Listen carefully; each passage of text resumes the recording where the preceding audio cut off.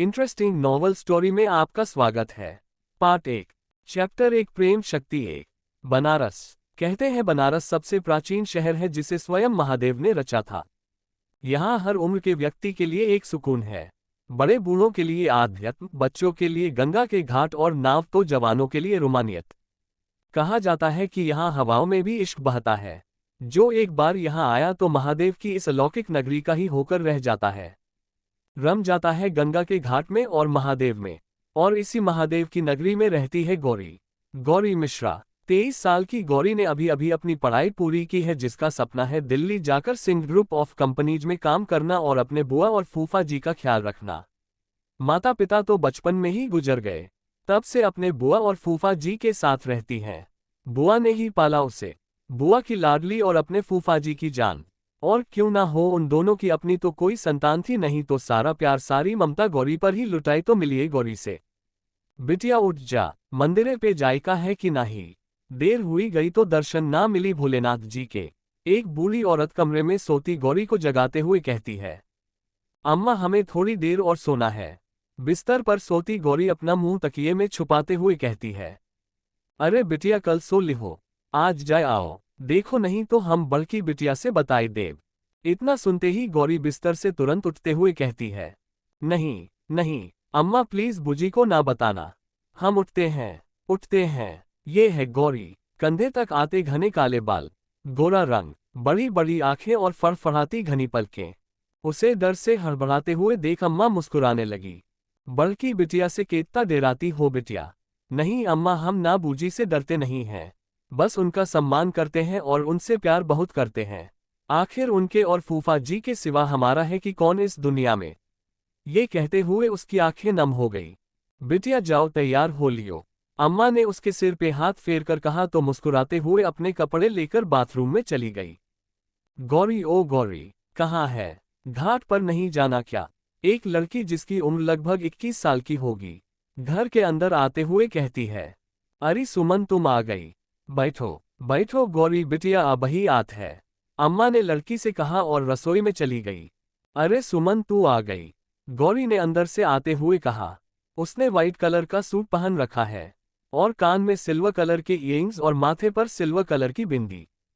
बहुत प्यारी लग रही है, आज तो जरूर कोई घायल हो जाएगा, सुमन ने उसकी नजर उतारते हुए बड़ी अदा से कहा।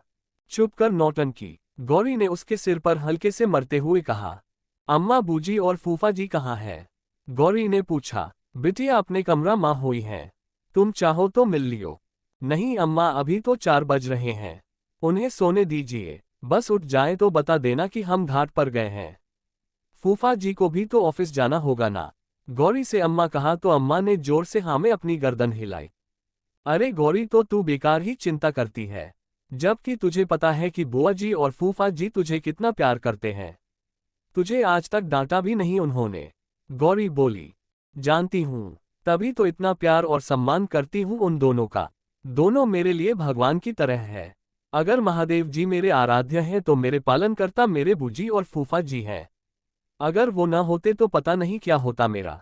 गौरी बोलते बोलते भावुक हो गई। अच्छा ठीक है, चल जल्दी देर हो जाएगी। नौटंकी, गौरी ने कहा तो दोनों घाट की पर जाने के लिए निकल गई। उसी समय दिल्ली अपनी चरम जलवायु के लिए मशहूर है। गर्मियों में बहुत ज्यादा गर्म और सर्दियों में बहुत ज्यादा सर्द, या यूं कहे बर्फ सी ठंड। और बारिश उसका तो मौसम ही नहीं आता, बहुत कम बारिश होती है यहाँ। वैसे तो दिल्ली में ज्यादातर पॉश इलाके साउथ दिल्ली में ही हैं, मगर इससे अलग मध्य दिल्ली के पृथ्वीराज रोड पर स्थित ठाकुर शिव प्रताप सिंह की हवेली किसी राजमहल से कम नहीं है। हवेली इतनी आलीशान की देखने वाले की आंखें चौंधिया जाए। महंगे पर्दे, महंगे कालीन, दीवारों पर महंगी पेंटिंग्स, हवेली का साज सज्जा का हर सामान झाड़ फानुश अपने आप में ही अनोखा है। सुबह के समय हवेली के सारे नौकर अपने अपने काम में लगे हैं। कोई सीढ़ियां साफ कर रहा है, कोई पर्दे तो कोई वहां रखे फर्नीचर, कोई किचन के काम में बिजी है तो कोई गार्डन की सफाई। मंदिर में शिव की मां यशोदा जी पंडित जी के कहे अनुसार पूजा कर रही हैं। आरती की घंटियों की आवाज से सारा घर गूंज उठा है।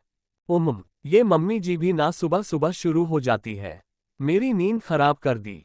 कान पर तकिया रखते हुए नीलिमा ने कहा। ये है शिव प्रताप सिंह की छोटे भाई रुद्र प्रताप सिंह की पत्नी। अब उठ जाओ नीलू, घर में लगभग सब जग गए लेकिन तुम हो कि अब तक सो रही हो। आईने में से ही नीलिमा को देख शिव का छोटा भाई रुद्र तैयार होते हुए बोला। ओम रुद्र प्लीज मुझे सोने दो ना, रात में देर से सोई थी। नीलिमा ने अलसाए हुए ही कहा। ठीक है तुम आ जाना आराम से, मैं जा रहा हूं, आज मेरी जरूरी मीटिंग है ऑफिस में। रुद्र ने नीलिमा का माथा चूमते हुए कहा और नीचे चला गया। उसी समय सीढ़ियों से उतरती बनारसी सिल्क साड़ी में लिपटी एक प्यारी औरत जिसके चेहरे पर सौम्यता झलक रही है, वो नीचे आती हैं। ये जिज्ञासा सिंह ठाकुर, ये रुद्र और शिव की बड़ी बहन है। ये अपने पति सत्यवीर सिंह के साथ इसी हवेली में ही रहती हैं। वो आकर यशोदा के बगल में आकर खड़ी हो जाती है। आरती खत्म होती है। यशोदा रुद्र और जिज्ञासा को आरती देती है। रुद्र को अकेला देख वो उसे घूरते हुए कहती है, रुद्र तेरी बीवी आज फिर देर तक सो रही है। माँ वो रात देर से सोई थी। रुद्र उनके पैर छूते हुए कहता है, क्या करूं मैं तेरी नीलू का, वैसे तो उसमें कोई बुराई नहीं, सिर्फ एक की आलसी बहुत है। यशोदा ने मुंह बनाकर कहा, माँ आप उसे सोने दीजिए ना, आप क्यों परेशान होती हैं। जिज्ञासा मुस्कुराते हुए यशोदा के हाथ से आरती की थाली लेते हुए कहती है, हाँ जानती हूं मैं सब, अपनी भाभी की बहुत तरफदारी करती है तुम। यशोदा ने फिर से कहा तो जिज्ञासा उनके गले लग गई। माँ आप भी ना बच्चों सी शिकायत करते हो। रुद्र ने प्यार से कहा, शिकायत ना करूं तो क्या करूं बेटा, मेरी कोई सुनता ही नहीं इस घर में। एक तेरी बीवी है जो जब देखो तब सोती रहती है और एक तेरा भाई है जो सोता ही नहीं, बस दिन रात काम में ही लगा रहता है। कब आता है कब जाता है पता ही नहीं लगता, अब कहाँ है पता नहीं। मैं यहाँ हूँ माँ, एक रौबदार आवाज आए। सबने आवाज की ओर देखा तो शिव सीढ़ियों से नीचे ही आ रहा था। ठाकुर शिव प्रताप सिंह एक रौबदार शख्सियत, अपनी फैमिली से बहुत प्यार है इन्हें, अपनी माँ की हर बात मानते हैं। चेहरा सख्त, भौहें तनी हुई, गोरा रंग, चौड़ा सीना, जिम में मेहनत करके बनाया हुआ कसा शरीर, सलीके से सेट किए हुए बाल, क्लीन शेव्ड। माँ प्रणाम, शिव ने यशोदा के पैर छूकर कहे। खुश रहो बेटा, यशोदा ने शिव पर प्यार बरसाते हुए कहा। इतने में शिव का दोस्त माधव अंदर आता है और यशोदा के पैर छूकर शिव के बगल आकर कहता है, शिव चौपर रेडी है। चौपर बेटा कहीं जा रहे हो, यशोदा ने पूछा। जी माँ मैं बनारस जा रहा हूँ, शिव ने बिना किसी भाव के कहा। ये सुन यशोदा कुछ सोचने लगती है। बेटा भूल जा पुरानी यादों को, आगे बढ़, यशोदा शिव के गाल छूकर कहती है। माँ मैं ठीक हूँ, आप तो जानते हैं कि मैं क्यों जा रहा हूँ, हर साल मैं इस समय वहां जाता हूँ, काशी विश्वनाथ मंदिर में रुद्राभिषेक करने। तो क्यों परेशान हो रही हैं? बेटा मैं क्यों परेशान हो रही हूँ ये तू भी जानता है और मैं भी। माँ मुझे कहती है भूल जा, और आप ही याद दिलाती हैं, क्योंकि मैं जानती हूँ बेटा, वहां जाकर तुझे कितनी तकलीफ होती है, तू फिर उन्हीं यादों में चला जाता है। माँ मैं ठीक हूँ, आप मेरी चिंता ना करो। अच्छा अब चलता हूँ, 3 दिन बाद आ जाऊंगा। बेटा ऐसा कब तक चलेगा, जब तक इस दिल को सुकून नहीं आता। शिव ये बोल बिना किसी को देखे बाहर चला जाता है और यशोदा नम आंखों से उसे जाते देख रही है। महादेव करे कि इस बार तुझे तेरा सुकून मिल जाए। ये बोल उन्होंने मंदिर की ओर देख अपने हाथ जोड़ लिए। जारी है चैप्टर 2 प्रेम शक्ति 2 बनारस का 80 घाट, यहीं पास ही है काशी विश्वनाथ जी का मंदिर। आज यहाँ बहुत भीड़ है। एक तो सावन का महीना, ऊपर से आज सावन की शिव चौदस यानी कि सावन की शिवरात्रि। मंदिर में आज श्रद्धालुओं की बहुत भीड़ होती है। चारों तरफ घंटियों की आवाज और शंखनाद सुनाई देता है। कहते हैं जो महादेव की इस नगरी में एक बार आता है तो बस यही रम जाता महादेव की धुनी में। ऐसा अद्भुत जादू है यहाँ की हवाओं में, एक अलौकिक शक्ति हो जैसे जो यहीं बस जाने का मन करता है। गौरी और सुमन घाट पर पहुंचते हैं। उसी समय शिव भी अपने कुछ गार्ड्स के साथ सुरक्षा घेरे से घिरा घाट पर पहुंचता है। उसके गार्ड्स भीड़ को हटाते हुए आगे बढ़ते जा रहे हैं और उन्हीं के बीच से शिव भी। गौरी जब ये देखती है तो सुमन की ओर देख कहती है, लगता है कोई बड़ी हस्ती है जो इतनी सिक्योरिटी है। सुमन भी हाँ में सिर हिला देती है। चल अब तो यहाँ से दूर उस ओर जाकर डुबकी लगानी पड़ेगी गंगा मैया में, सुमन ने कहा तो गौरी ने भी सिर हिला दिया। दोनों दूसरी ओर बढ़ गए। गौरी जाने क्या सोच बार बार मुड़कर शिव को देखने की कोशिश करती है, मगर शिव उसे अपने गार्ड्स की वजह से दिखाई नहीं देता। वो उचक उचक कर देखती है मगर कोई फायदा नहीं। क्या हुआ, वहां क्या देख रही है? चल जल्दी नहीं तो भीड़ बढ़ जाएगी। वैसे भी उस वीआईपी के आने के बाद ये जगह कुछ खाली है, वरना तो अभी पैर रखने की जगह नहीं होती। सुमन उसे खींचती हुई दूसरी ओर ले जाती है। गौरी बार बार पीछे मुड़कर देखती है, फिर मुस्कुराते हुए अपने माथे पर हल्की सी थपकी देती है और मन में बोलती है, होगा कोई, हमें क्यों जानना है, और आगे बढ़ जाती है और दूसरी से ओर जाकर गंगा मैया में डुबकी लगाती है। इधर शिव कमर पर व्हाइट धोती बांधे हुए गंगा मैया में डुबकी लगाता है। पहली डुबकी के बाद वो सूर्य को अर्घ्य देकर पूजा करता है और फिर से डुबकी लगाता है। उसी समय कुछ ही दूरी पर गौरी भी डुबकी लगाती है। जब वो पानी से बाहर आती है तो उसकी नजर नमस्कार की मुद्रा में आंखें बंद किए शिव पर पड़ती है। उसे देख गौरी मंत्र मुग्ध हो जाती है, जैसे साक्षात महादेव के दर्शन कर लिए हो। वो एकटक शिव को देखने लगती है। आसपास क्या हो रहा है उसे कोई सुध नहीं होती। शिव एक बार फिर पानी में डुबकी लगाकर बाहर आ जाता है। सुमन गौरी को ऐसे खोए हुए देखती है तो उसका हाथ पकड़ फिर से दोनों पानी में आखिरी डुबकी लगाकर बाहर आते हैं। मगर गौरी अब भी खोई हुई है। शिव तो वहां से सीधा मंदिर में आकर पूजा करने लग जाता है। सुमन और गौरी भी बाहर आकर जब मंदिर की ओर बढ़ने लगते हैं तो सुमन का ध्यान गौरी के गले में पड़ी चेन पर जाता है। गौरी, ये क्या है? ये तेरी तो नहीं लगती, तेरे गले में कहाँ से आए? सुमन ने चेन छूकर कहा। ये तो हमारी नहीं है सुमन, देखो इसमें तो सूर्य वाला लॉकेट भी है, पता नहीं हमारे गले में कैसे आ गई। गौरी ने इधर उधर देखकर फिर लॉकेट को देखते हुए कहा, अरे लगता है गंगा मैया ने तुझे प्रसाद दिया है, कोई नहीं रख ले। सुमन ने कहा, अरे हम कैसे रख सकते हैं, किसी की चीज देखकर तो लग रहा है बहुत कीमती है, पता नहीं किसकी है। गौरी ने परेशान होते हुए कहा, अरे तो तुम क्या सोच रही हो, हर एक से जाकर पूछोगी क्या कि किसका है ये? ऐसे तो जिसका नहीं भी होगा ना तो वो भी कहेगा कि मेरा है मेरा है। मेरी मानो इसे गंगा मैया का प्रसाद समझकर रख लो, वरना सोचो ये तुम्हारे ही गले में क्यों आता, आने को तो हमारे गले में भी आ सकता था। सुमन ने गौरी को समझाते हुए कहा और उसका हाथ पकड़ मंदिर की ओर बढ़ गई। मंदिर में आकर उसकी नजर गर्भगृह में बैठे पूजन कर रहे शिव पर पड़ी। पंडित जी उससे पूजा करवा रहे हैं। मंत्रों का उच्चारण इतना स्पष्ट और शिव की सधी आवाज में सुनकर वो एक बार फिर मंत्र मुग्ध हो गई और शिव में खो गई। अब शिव की पर्सनैलिटी ही कुछ ऐसी थी, उस पर उसका वो अनुपम रूप और आवाज जैसे भगवान अवधूत ही उसके समक्ष हो। सुमन ने उसे हल्की झिड़की देते हुए कहा, गौरी तू फिर कहीं खो गई, चल जल्दी कर। गौरी जैसे अपने होश में आए और दर्शन करके सुमन के साथ बाहर आ गई। बाहर आते समय वो बार बार मुड़कर शिव को ही देखती। तू क्या बार बार पलट के देख रही है, चलो यहाँ से। सुमन उसका हाथ पकड़ उसे मंदिर से बाहर ले गई। दोनों वहां से आकर घाट पर बैठकर बातें करने लगे। गौरी, तूने बूजी और फूफा जी को बताया कि तुझे नौकरी का कॉल आया है? सुमन ने पूछा। नहीं अभी नहीं, समझ नहीं आ रहा कैसे पूछें। हम जानते हैं वो हमें मना नहीं करेंगे, मगर वो हमसे दूर नहीं रह सकते। हमारे माता पिता के जाने के बाद बचपन से उन्होंने हमें पाला है। वो दोनों ही हमारे माता पिता हैं, हमारे सब कुछ है और हम उनके। तो तू उन्हें भी साथ ले जाना। हाँ ले जाएंगे, मगर वो इतनी जल्दी मानेंगे नहीं। उन्होंने बहुत किया है हमारे लिए, अब हमारी बारी, अब हम उन्हें आराम देना चाहते हैं। गौरी ने थोड़ा उदास होते हुए कहा तो सुमन ने उसका मूड ठीक करने के लिए कहा, अच्छा वहां जाकर ना किसी हैंडसम बंदे को ही पटाना, किसी लंगूर या बंदर किसी शक्ल वाले के चक्कर में पड़ी ना तो मैं उसे अपना जीजा नहीं बनाने वाली। सुमन ने फनी सा फेस बनाकर कहा। पागल ने उसके सिर पर मारकर कहा और दोनों खिलखिलाकर हंसने लग गई। सुमन तो चुप हो गई, लेकिन गौरी जो एक बार शुरू हुई वो चुप ही नहीं हुई। उसकी हंसी की आवाज घाट पर गूंजने लगी। शिव ने जब उसकी हंसी सुनी तो उसके मन में अजीब सी हलचल हुई। वो जल्दी जल्दी सीढ़ियां उतरने लगा और आवाज की दिशा में बढ़ने लगा। पीछे पीछे उसके गार्ड्स और माधव भी। शिव उस हंसी की खनक से बेचैन हो रहा था। शिव गौरी तक पहुंचा ही था कि तब तक उसके गार्ड्स ने उसे घेर लिया।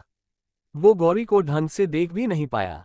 व्हाइट सूट बैठी गौरी को बस पीछे से ही देख पाया कि उसके गार्ड्स उसे वहां से ले गए। क्या करा रहा था वहां तू? दिमाग खराब हो गया था तेरा? ऐसे कहाँ भागा जा रहा था? माधव ने चिढ़ते हुए कहा। वो हंसी वो मुझे जानी पहचानी लगी। शिव ने सोचते हुए कहा, क्या बोल रहा है तू? किसकी हंसी? कौन सी हंसी, माधव ने कहा तो शिव ने बात बदलते हुए कहा, नहीं कुछ नहीं, चल यहाँ से। शिव ने माधव को गाड़ी की ओर इशारा करके कहा। माधव ने जब शिव को ध्यान से देखा तो पूछा, तेरे गले की चेन कहाँ है? ये सुन शिव अपने गले को छू कर देखने लगा। पता नहीं, शायद कहीं गिर गई या गंगा जी में डुबकी लगाते समय निकल गई हो। शिव ने सोचते हुए कहा, क्या कह रहा है? वो चेन और वो लॉकेट तुम्हारा खानदानी लॉकेट था ना? माधव ने पूछा। हाँ, लेकिन अब क्या हो सकता है? कोई बात नहीं, लॉकेट तो दूसरा भी बन सकता है। चल अभी यहाँ से, शिव ने कहा तो माधव ने ड्राइवर से चलने का इशारा किया। जाने क्यों वो हंसी जानी पहचानी लगी, जैसे लगा वो ही थीं, लेकिन वो कैसे हो सकती हैं? शिव मन ही मन सोचते हुए बोला और खिड़की से बाहर देखने लगा। जारी है तो सोचिए गौरी की हंसी सुन शिव क्यों बेचैन हो गया और किसकी याद आ गई उसे। जानने के लिए पढ़िए नेक्स्ट पार्ट। ये नई कहानी कैसी लगी बताना प्लीज। चैप्टर 3 प्रेम शक्ति 3। गौरी घाट से लौटकर घर आए। आंगन में ही उसे उसके बूजी और फूफा जी मिल गए। दोनों बैठकर चाय पी रहे थे। फूफा जी अरुण मिश्रा बैंक में मैनेजर हैं और बुआ सुकन्या स्कूल टीचर। गौरी को देख उनके चेहरे पर मुस्कान आ गई। प्रणाम फूफा जी, प्रणाम बूजी। गौरी उन दोनों के पास आकर बोली। गौरी बेटा आ गई तुम घाट से, दर्शन कर आई, भीड़ तो नहीं थी? उसकी बूजी सुकन्या ने पूछा। जी बूजी, हम आ गए और दर्शन भी अच्छे से हो गए। ये लीजिए प्रसाद। गौरी ने दोनों को प्रसाद दिया। हमेशा खुश रहो बेटा, जब तुम खुश रहोगी तो हम भी खुश रहेंगे। अरुण जी मुस्कुराए हुए बोले। जानती हूं मैं बहुत अच्छे से, आप दोनों के हमें बहुत प्यार करते हैं। गौरी अपने फूफा जी की हथेली थाम बोली। तुम्हारे सिवाय कोई और है भी तो नहीं प्यार लुटाने को? बेटा तुम क्या हो हमारे लिए ये हम समझा नहीं पाएंगे। अरुण बोले। फूफा जी आप लोगों के अलावा हमारा भी कौन है? आप दोनों ने कभी हमें माँ बाप की कमी महसूस नहीं होने दी। शायद वो दोनों भी होते तो हमसे इतना प्यार ना करते जितना आपने और बूजी ने हमसे किया है। हम तो भूल ही गए हैं कि हम अनाथ हैं। गौरी भावुक हो गई। गौरी क्या बोल रही हो बेटा, तुम अनाथ नहीं हो समझी, हम हैं तुम्हारे। अगर तुम नहीं होती तो हमारी जिंदगी में संतान की कमी हमेशा रहती, लेकिन तुमने हमारी उस कमी को पूरा किया है, हमें माँ बाप बनाया है। खबरदार जो ऐसी बकवास दोबारा की तो। अरुण ने कहा तो गौरी भरी आंखों से मुस्कुरा उठी और उनके गले लग गई। फूफा जी, गौरी बोली, हमारी लाडली है तू, हमारी जान बसती है तुम्हारे में, तो फिर से कभी मत कहना कि तुम अनाथ हो। अरुण भी भावुक हो गए कि फूफा जी अब नहीं करूंगी, सॉरी। गौरी क्यूट सा फेस बनाकर अपने कान पकड़ बोली तो अरुण के चेहरे पर मुस्कान आ गई। सुकन्या भी उन दोनों का ये प्यार देख मुस्कुरा उठी। उसने हल्के से पानी आंखें पोंछ ली। वहीं रसोईघर के दरवाजे पे खड़ी अम्मा भी अपनी भरी आंखों से मुस्कुराते हुए उन तीनों की नजर उतारने लगी। भोलेनाथ सदा खुशी रखे तीन इनको, अम्मा बालाएं ले बोली।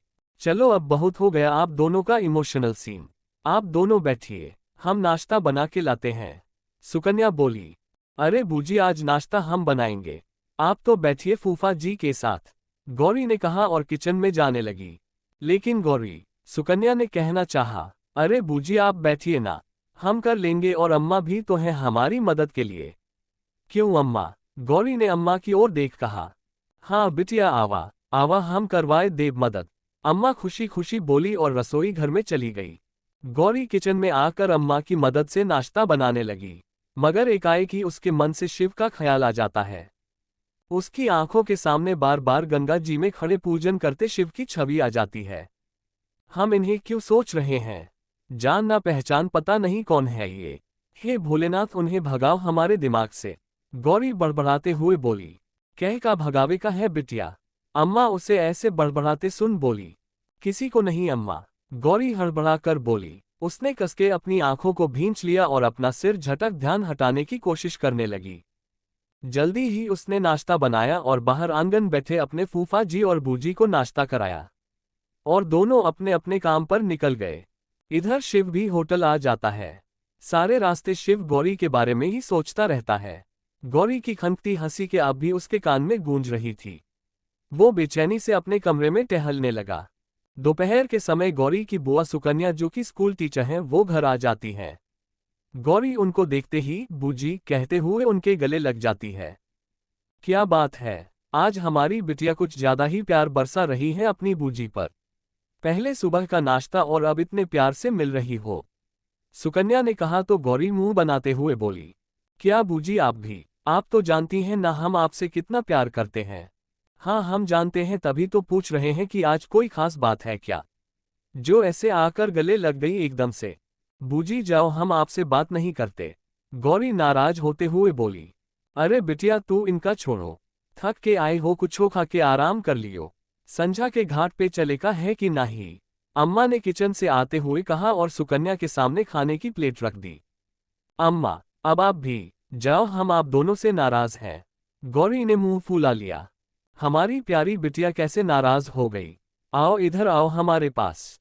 ये बोल सुकन्या ने गौरी को अपने पास बैठा लिया तो गौरी मुस्कुराते हुए फिर से उनके गले लग गई। तुम दोनों एक ही जैसी हो, कुछो ना हो सकता तुमरा। अम्मा ने मुंह बनाकर कहा।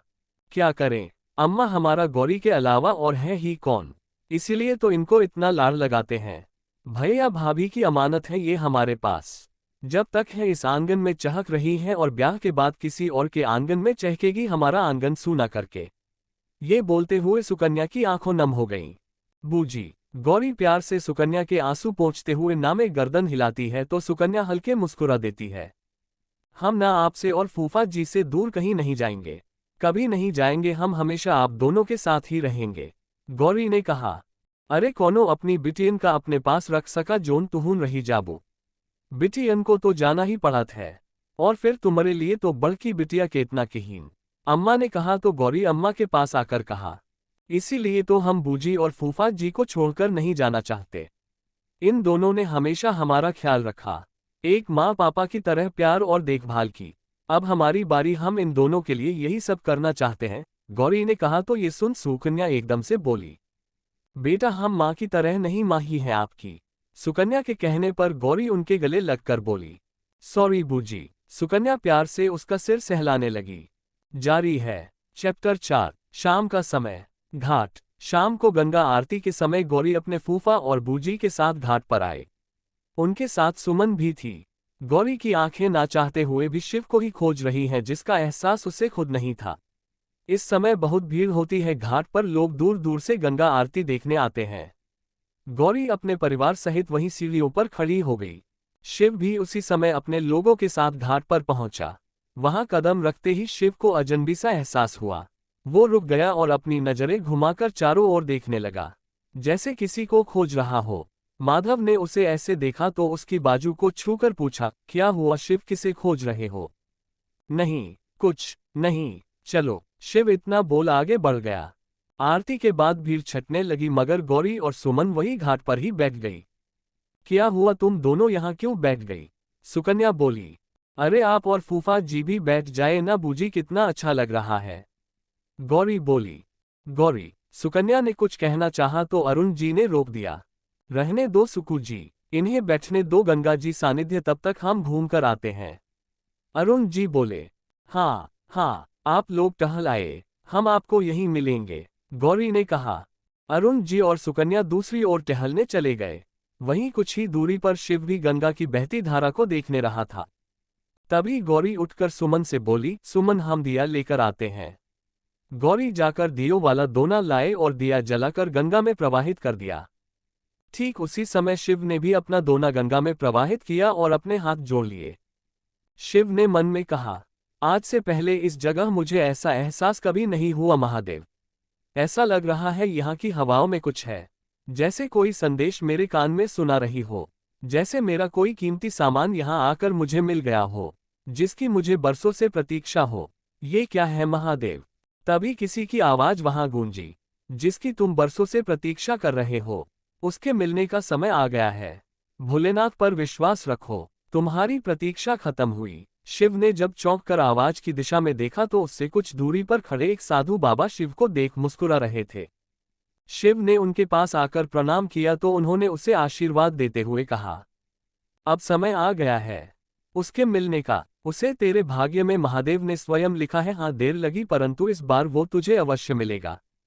शिव को उनकी बातें कुछ समझ नहीं आई, मगर वो मुस्कुराकर वापस जाने के लिए मुड़ गया। साधु महाराज ने पहले शिव को देखा, फिर दूर बैठी गौरी को। भोलेनाथ की लीला भोलेनाथ ही जाने। ये बोल वो वहीं घाट पर बैठकर गंगा की लहरों को देखने लगे। और इन्हीं लहरों पर दूर कहीं शिव और गौरी के प्रज्वलित दिए आपस में मिलकर एक ही दिशा में साथ साथ बह रहे थे। गौरी घाट पर बैठे बैठे शिव के बारे में ही सोच रही है। बस एक बार उनसे मिलवा दीजिए महादेव, वो मन ही मन बोली। फिर अपनी ही कही बात पर आश्चर्य जताते हुए बोली, हम महादेव से ऐसी प्रार्थना क्यों कर रहे हैं। उसने अपना सिर झटका और सुमन से बातें करने लगी। कुछ ही देर में अरुण जी और सुकन्या भी आ गए। अब घर चले लड़कियों, सुकन्या बोली। गौरी सुमन की ओर देखने लगी। सुमन ने गौरी को कोहनी मारकर कुछ इशारा किया तो गौरी ने हाँ में गर्दन हिला दी और सुकन्या और अरुण जी की ओर देख बोली, बूजी फूफा जी आप दोनों से कुछ कहें। बेटा तुम जानती हो ना कि तुम हमसे कभी भी कुछ भी पूछ सकती हो, तो पूछने की क्या जरूरत है। बोलो जो भी तुम्हारे मन में हो। अरुण जी बोले। इस पर गौरी ने एक बार फिर सुमन को देखा। सुकन्या और अरुण गौरी को ही देख रहे थे। नहीं फूफा जी मैं जानती हूँ कि मैं कुछ भी पूछ सकती हूँ, लेकिन इस बार आपसे कुछ मांगना है। गौरी ने झिझकते हुए कहा। क्या मांगना है? सुकन्या बोली। बताते हैं, लेकिन पहले आप दोनों गंगा मैया की सौगंध खाकर कहो कि आप हमें मना नहीं करेंगे। ऐसा भी क्या मांगना है बेटा? क्या कभी किसी चीज के लिए मना किया है तुम्हें आज तक? अरुण जी बोले। मैं जानती हूँ फूफा जी आप दोनों ने कभी किसी चीज के लिए नहीं रोका, लेकिन फिर भी प्लीज। गौरी ने सुकन्या और अरुण जी की हथेली थाम कहा। अच्छा ठीक है, गंगा मैया की सौगंध आप जो बोलेंगी हम देंगे। अब बोलो क्या चाहिए? अरुण जी बोले। ये आप क्या कर रहे हैं, बिना सोचे समझे सौगंध ले ली। पहले पूछ तो लीजिए क्या चाहिए इसे। सुकन्या बोली। कोई बात नहीं सुकू, हम अपनी बच्ची का उदास चेहरा नहीं देख सकते। जो चाहेगी वो मिलेगा उसे। अरुण जी बोले। फिर गौरी की ओर देख बोले, जो मांगना है मांगो बेटा। इस पर गौरी बहुत खुश हुई, मगर अगले ही पल थोड़े नर्वस होकर बोली, बूजी फूफा जी वो हमें ना एक बहुत ही अच्छी नौकरी मिल गई है दिल्ली में, तो आपकी परमिशन चाहिए दिल्ली जाने के लिए। ये सुन सुकन्या और अरुण ने एक दूसरे को हैरानी से देखा। फिर गौरी को देख थोड़ा नाराज होते हुए सुकन्या बोली, गौरी ये तो आपने चीटिंग की हमारे साथ। गलत बात बेटा। बूजी देखिए अब फूफा जी ने गंगा मैया की सौगंध ली है, आप लोग मना नहीं कर सकते। गौरी ने मासूमियत से कहा। लेकिन बेटा, नौकरी इतनी दूर दूसरे शहर में, और तुमने इंटरव्यू कब दिया और हमें बताया क्यों नहीं कुछ? अरुण जी बोले। अरे अंकल इसका तो कॉलेज कैंपस में सिलेक्शन हुआ है। ये तो बहुत लकी है, जिस कंपनी में काम करने का सपना देखा उसी में सिलेक्शन हुआ है। सुमन बोली। लेकिन सुकन्या ने बोलना चाहा, तभी गौरी ने अपने फूफा जी की हथेली थामी और बहुत प्यार और उम्मीद से कहा, फूफा जी अगर आप दोनों नहीं चाहेंगे तो हम नहीं जाएंगे। हम कसम वापस लेने के लिए गंगा मैया में डुबकी लगाकर प्रायश्चित भी कर लेंगे। लेकिन फूफा जी आप ही सोचिए, अगर हम नौकरी करेंगे अपने पैरों पर खड़े रहेंगे तो क्या ये हमारे लिए अच्छा नहीं है? बूजी भी तो टीचर है, स्कूल में पढ़ाती हैं। उसी तरह इस कंपनी में नौकरी करना हमारा सपना है फूफा जी। गौरी बात नौकरी की नहीं है, बात दूसरे शहर में घर से दूर जाकर रहने की। दिल्ली जैसे शहर में तुम अकेले कैसे रह लोगी? सुकन्या बोली। अरे बूजी गौरी अकेली नहीं है, हमने भी अप्लाई कर दिया है। हमारा भी कॉल लेटर आ जाएगा, हमें यकीन है। सुमन बोली। अच्छा तो तुम दोनों ने ये सब पहले से ही तय कर रखा था? सुकन्या उसका कान पकड़ बोली। बूजी छोड़िए दर्द हो रहा है। सुमन अपना काम छुड़ा बोली। अरुण और गौरी मुस्कुराते हुए उन दोनों को देख रहे थे। सुकन्या ने अरुण जी की ओर देखा तो उन्होंने हाँ में गर्दन हिलाकर कुछ इशारा किया। लेकिन जाने क्यों मेरा मन नहीं मान रहा है गौरी को वहां भेजने के लिए। सुमन सोचते हुए बोली, बुआ जी अरे अब हम बड़े हो गए हैं, हम अपने पैरों पर खड़ा होना चाहते हैं। प्लीज आप दोनों हमें खुशी खुशी जाने की अनुमति दे दीजिए। गौरी बोली। अरे अब हाँ भी बोल दीजिए आप दोनों, और किस बात से घबरा रहे हैं? भूल गए गौरी क्या है? गौरी को शहर से नहीं बल्कि उन शहर वालों को गौरी से डरना पड़ेगा। तूफान है हमारी गौरी, मजाल है जो कोई इसके आगे टिक जाए। अब तो दिल्ली शहर की खैर नहीं। सुमन चहकते बोली। हम कह तो सुमन ठीक रही है, और अब हम कर भी क्या सकते हैं? आपने हमें अपनी मीठी मीठी बातों के जाल में फंसा लिया गौरी। अरुण ने गहरी सांस भरकर मुस्कुराते हुए कहा। गौरी और सुमन तो खुशी से उछल पड़ी। गौरी सीधे अरुण जी के सीने से लग गई। अरुण जी प्यार से उसका सिर सहलाने लगे। सुकन्या और सुमन भी मुस्कुराते हुए उन दोनों को देखने लगे। थैंक यू फूफा जी, गौरी ने अलग होते हुए कहा। खूब खुश रहो और जाओ भरो अपने सपनों की उड़ान, हम तुम्हारे साथ हैं। अरुण जी उसके सिर पर हाथ रख बोले। अब खुश? सुकन्या बोली। बूजी बहुत खुश। गौरी सुकन्या के भी गले लग गई। जब गौरी सुकन्या से अलग हुई तो उनकी नज़र गौरी के गले में पड़ी चेन और लॉकेट पर गई। वो लॉकेट छूकर हैरानी से बोली, बेटा ये कहाँ से आया? वो बूजी वो गौरी बोल ही रही थी कि सुमन ने बात आगे बढ़ाकर खुद ही सुबह जो कुछ हुआ बताकर गौरी की मुश्किल हल कर दी। बेटा ऐसे कैसे तुमने इसे पहन लिया? निकालो इसे, पता नहीं किसका है, निकालो जल्दी। सुकन्या परेशान होकर उसके गले से चेन निकालने लगी कि पीछे से उन्हीं साधु बाबा की आवाज आई जो शिव से मिले थे। रुक जाओ, जारी है। उद्धरण चिन्ह। चैप्टर 5 प्रेम शक्ति 5। सुकन्या गौरी के गले में पड़ी चैन को देख थोड़ा घबरा गई थी। उन्होंने ने जल्दी जल्दी चेन निकलनी चाहिए, तभी किसी को आवाज आए, रुक जाओ, इसे मत निकालो, पहने रहो। ये सुन सुकन्या के हाथ रुक गए। सबने पलटकर आवाज की दिशा में देखा तो वहां वही साधु बाबा खड़े थे जो शिव से मिले थे। अरुण और सुमन भी हैरानी से साधु बाबा को देखने लगे। साधु बाबा गौरी के पास आकर बोले, इससे तुम्हारा भाग्य जुड़ा है पुत्री, इसे कभी अपने से अलग मत करना। यही महादेव की इच्छा है। किसी के बरसों की प्रतीक्षा, धैर्य और संयम के एवज में महादेव ने स्वयं तुम्हें इससे जोड़ा है। इसे कभी ना निकालना। उनकी गोल गोल बातें यहां भी किसी को समझ नहीं आई, मगर सभी ने झुककर उन्हें प्रणाम किया तो उन्होंने आशीर्वाद दिया। उन्होंने मुस्कुराते हुए गौरी को देखा और आशीर्वाद देते हुए कहा, तेरा भाग्य तुझे जहां ले जाए तुझे उसी दिशा में जाना है। बाकी महादेव तेरा कल्याण करे। ये बोल वो वहां से चले गए। सुकन्या ने जाते हुए साधु बाबा को देखा, फिर गौरी के गले में पड़े लॉकेट को। ये क्या बोल गए बाबा? भाग्य, प्रतीक्षा। सुकन्या बोली, हमें भी कुछ समझ नहीं आया बूजी। गौरी बोली, और हमें तो उनसे डर लग रहा था, आंखें देखी थी उनकी और उनके जटाएं। सुमन बोली, सुमन बेटा ऐसे नहीं बोलते, ये बनारस है। यहाँ भगवान अवधूत की धुनी में सैकड़ों संत ऐसे रम जाते हैं कि उन्हें अपना होश ही नहीं रहता। फिर तो यहाँ संत महात्माओं की कमी थोड़ी ही है। अरुण बोले, जी अंकल सॉरी, अब से नहीं बोलेंगे ऐसा कुछ भी। सुमन सिर झुकाकर बोली, ठीक है अब यहाँ से। अरुण जी बोले। चारों घाट से बाहर आए। उसी समय गौरी की नजर गाड़ी में बैठते हुए शिव पर पड़ी। ना चाहते हुए भी उसके होठों पर प्यारी सी मुस्कान आ गई।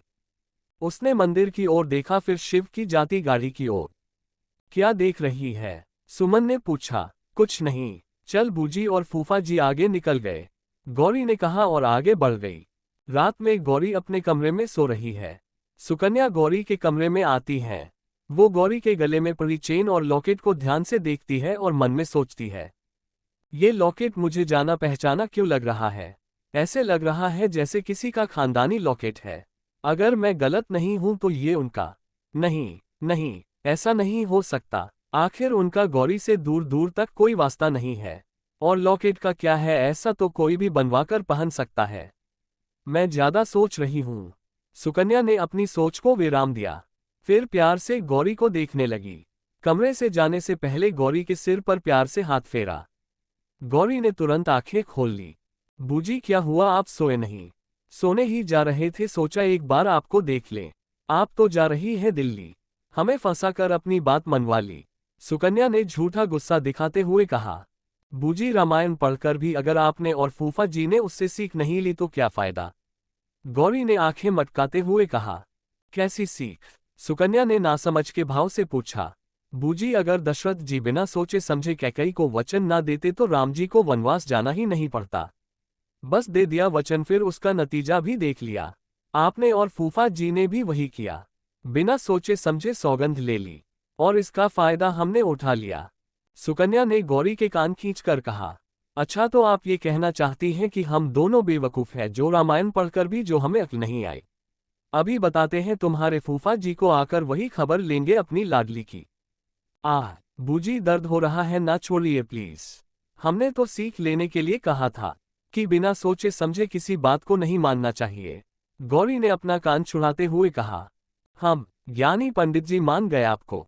सुकन्या मुस्कुराकर कहा तो गौरी भी खिलखिलाने लगी, लेकिन तुम चली जाओगी तो मैं और तेरे फूफा जी तो अकेले हो जाएंगे। घर सुना हो जाएगा। सुकन्या ने उदास होकर कहा। तो आप दोनों भी चलिए। गौरी ने कहा, नहीं, अभी हम में से कोई नहीं आ सकते। अभी हमारी नौकरी है और कुछ जिम्मेदारी भी है।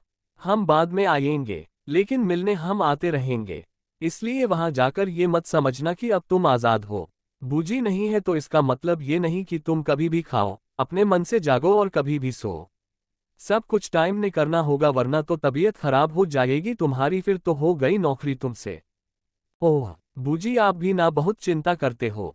चिंता ना करो, आप जानती हैं ना, ये नौकरी हमारा सपना है। एसआर ग्रुप ऑफ कंपनीज में काम करने का हमारा बचपन से सपना है। ये हमारे देश की सबसे प्रतिष्ठित कंपनी है। इतनी आसानी से सबको नौकरी नहीं मिलती वहां, लेकिन हमें मिल गई तो हम ये मौका हाथ से जाने देना नहीं चाहते। बूजी, आप हमारे साथ हैं ना हमारे इस फैसले में? हाँ बिटिया, हम तुम्हारे साथ हैं। तुम खुशी खुशी जाओ और अपने सपनों की उड़ान भरो। हम दोनों हमेशा तुम्हारे साथ हैं। सुकन्या ने कहा तो गौरी खुशी से उनके गले लग गई। थैंक यू बूजी, आई लव यू। अच्छा चलो अब सो जाओ, कल सारा सामान जमाना है तुम्हें। रात की ट्रेन है ना तुम्हारी? सुकन्या ने पूछा। जी, गुड नाइट, आप भी सो जाए। गौरी अपने बिस्तर पर लेटते हुए बोली तो सुकन्या ने प्यार से उसके सिर पर हाथ फेरा और कमरे से चली गई। थैंक यू भोलेनाथ, हमें बूजी और फूफा जी जैसे प्यार करने वाले माँ बाप देने के लिए। अपने असली माँ बाप की तो शक्ल भी नहीं देखी हमने, लेकिन वो भी हमें इतना प्यार नहीं करते जितना ये दोनों हमसे करते हैं।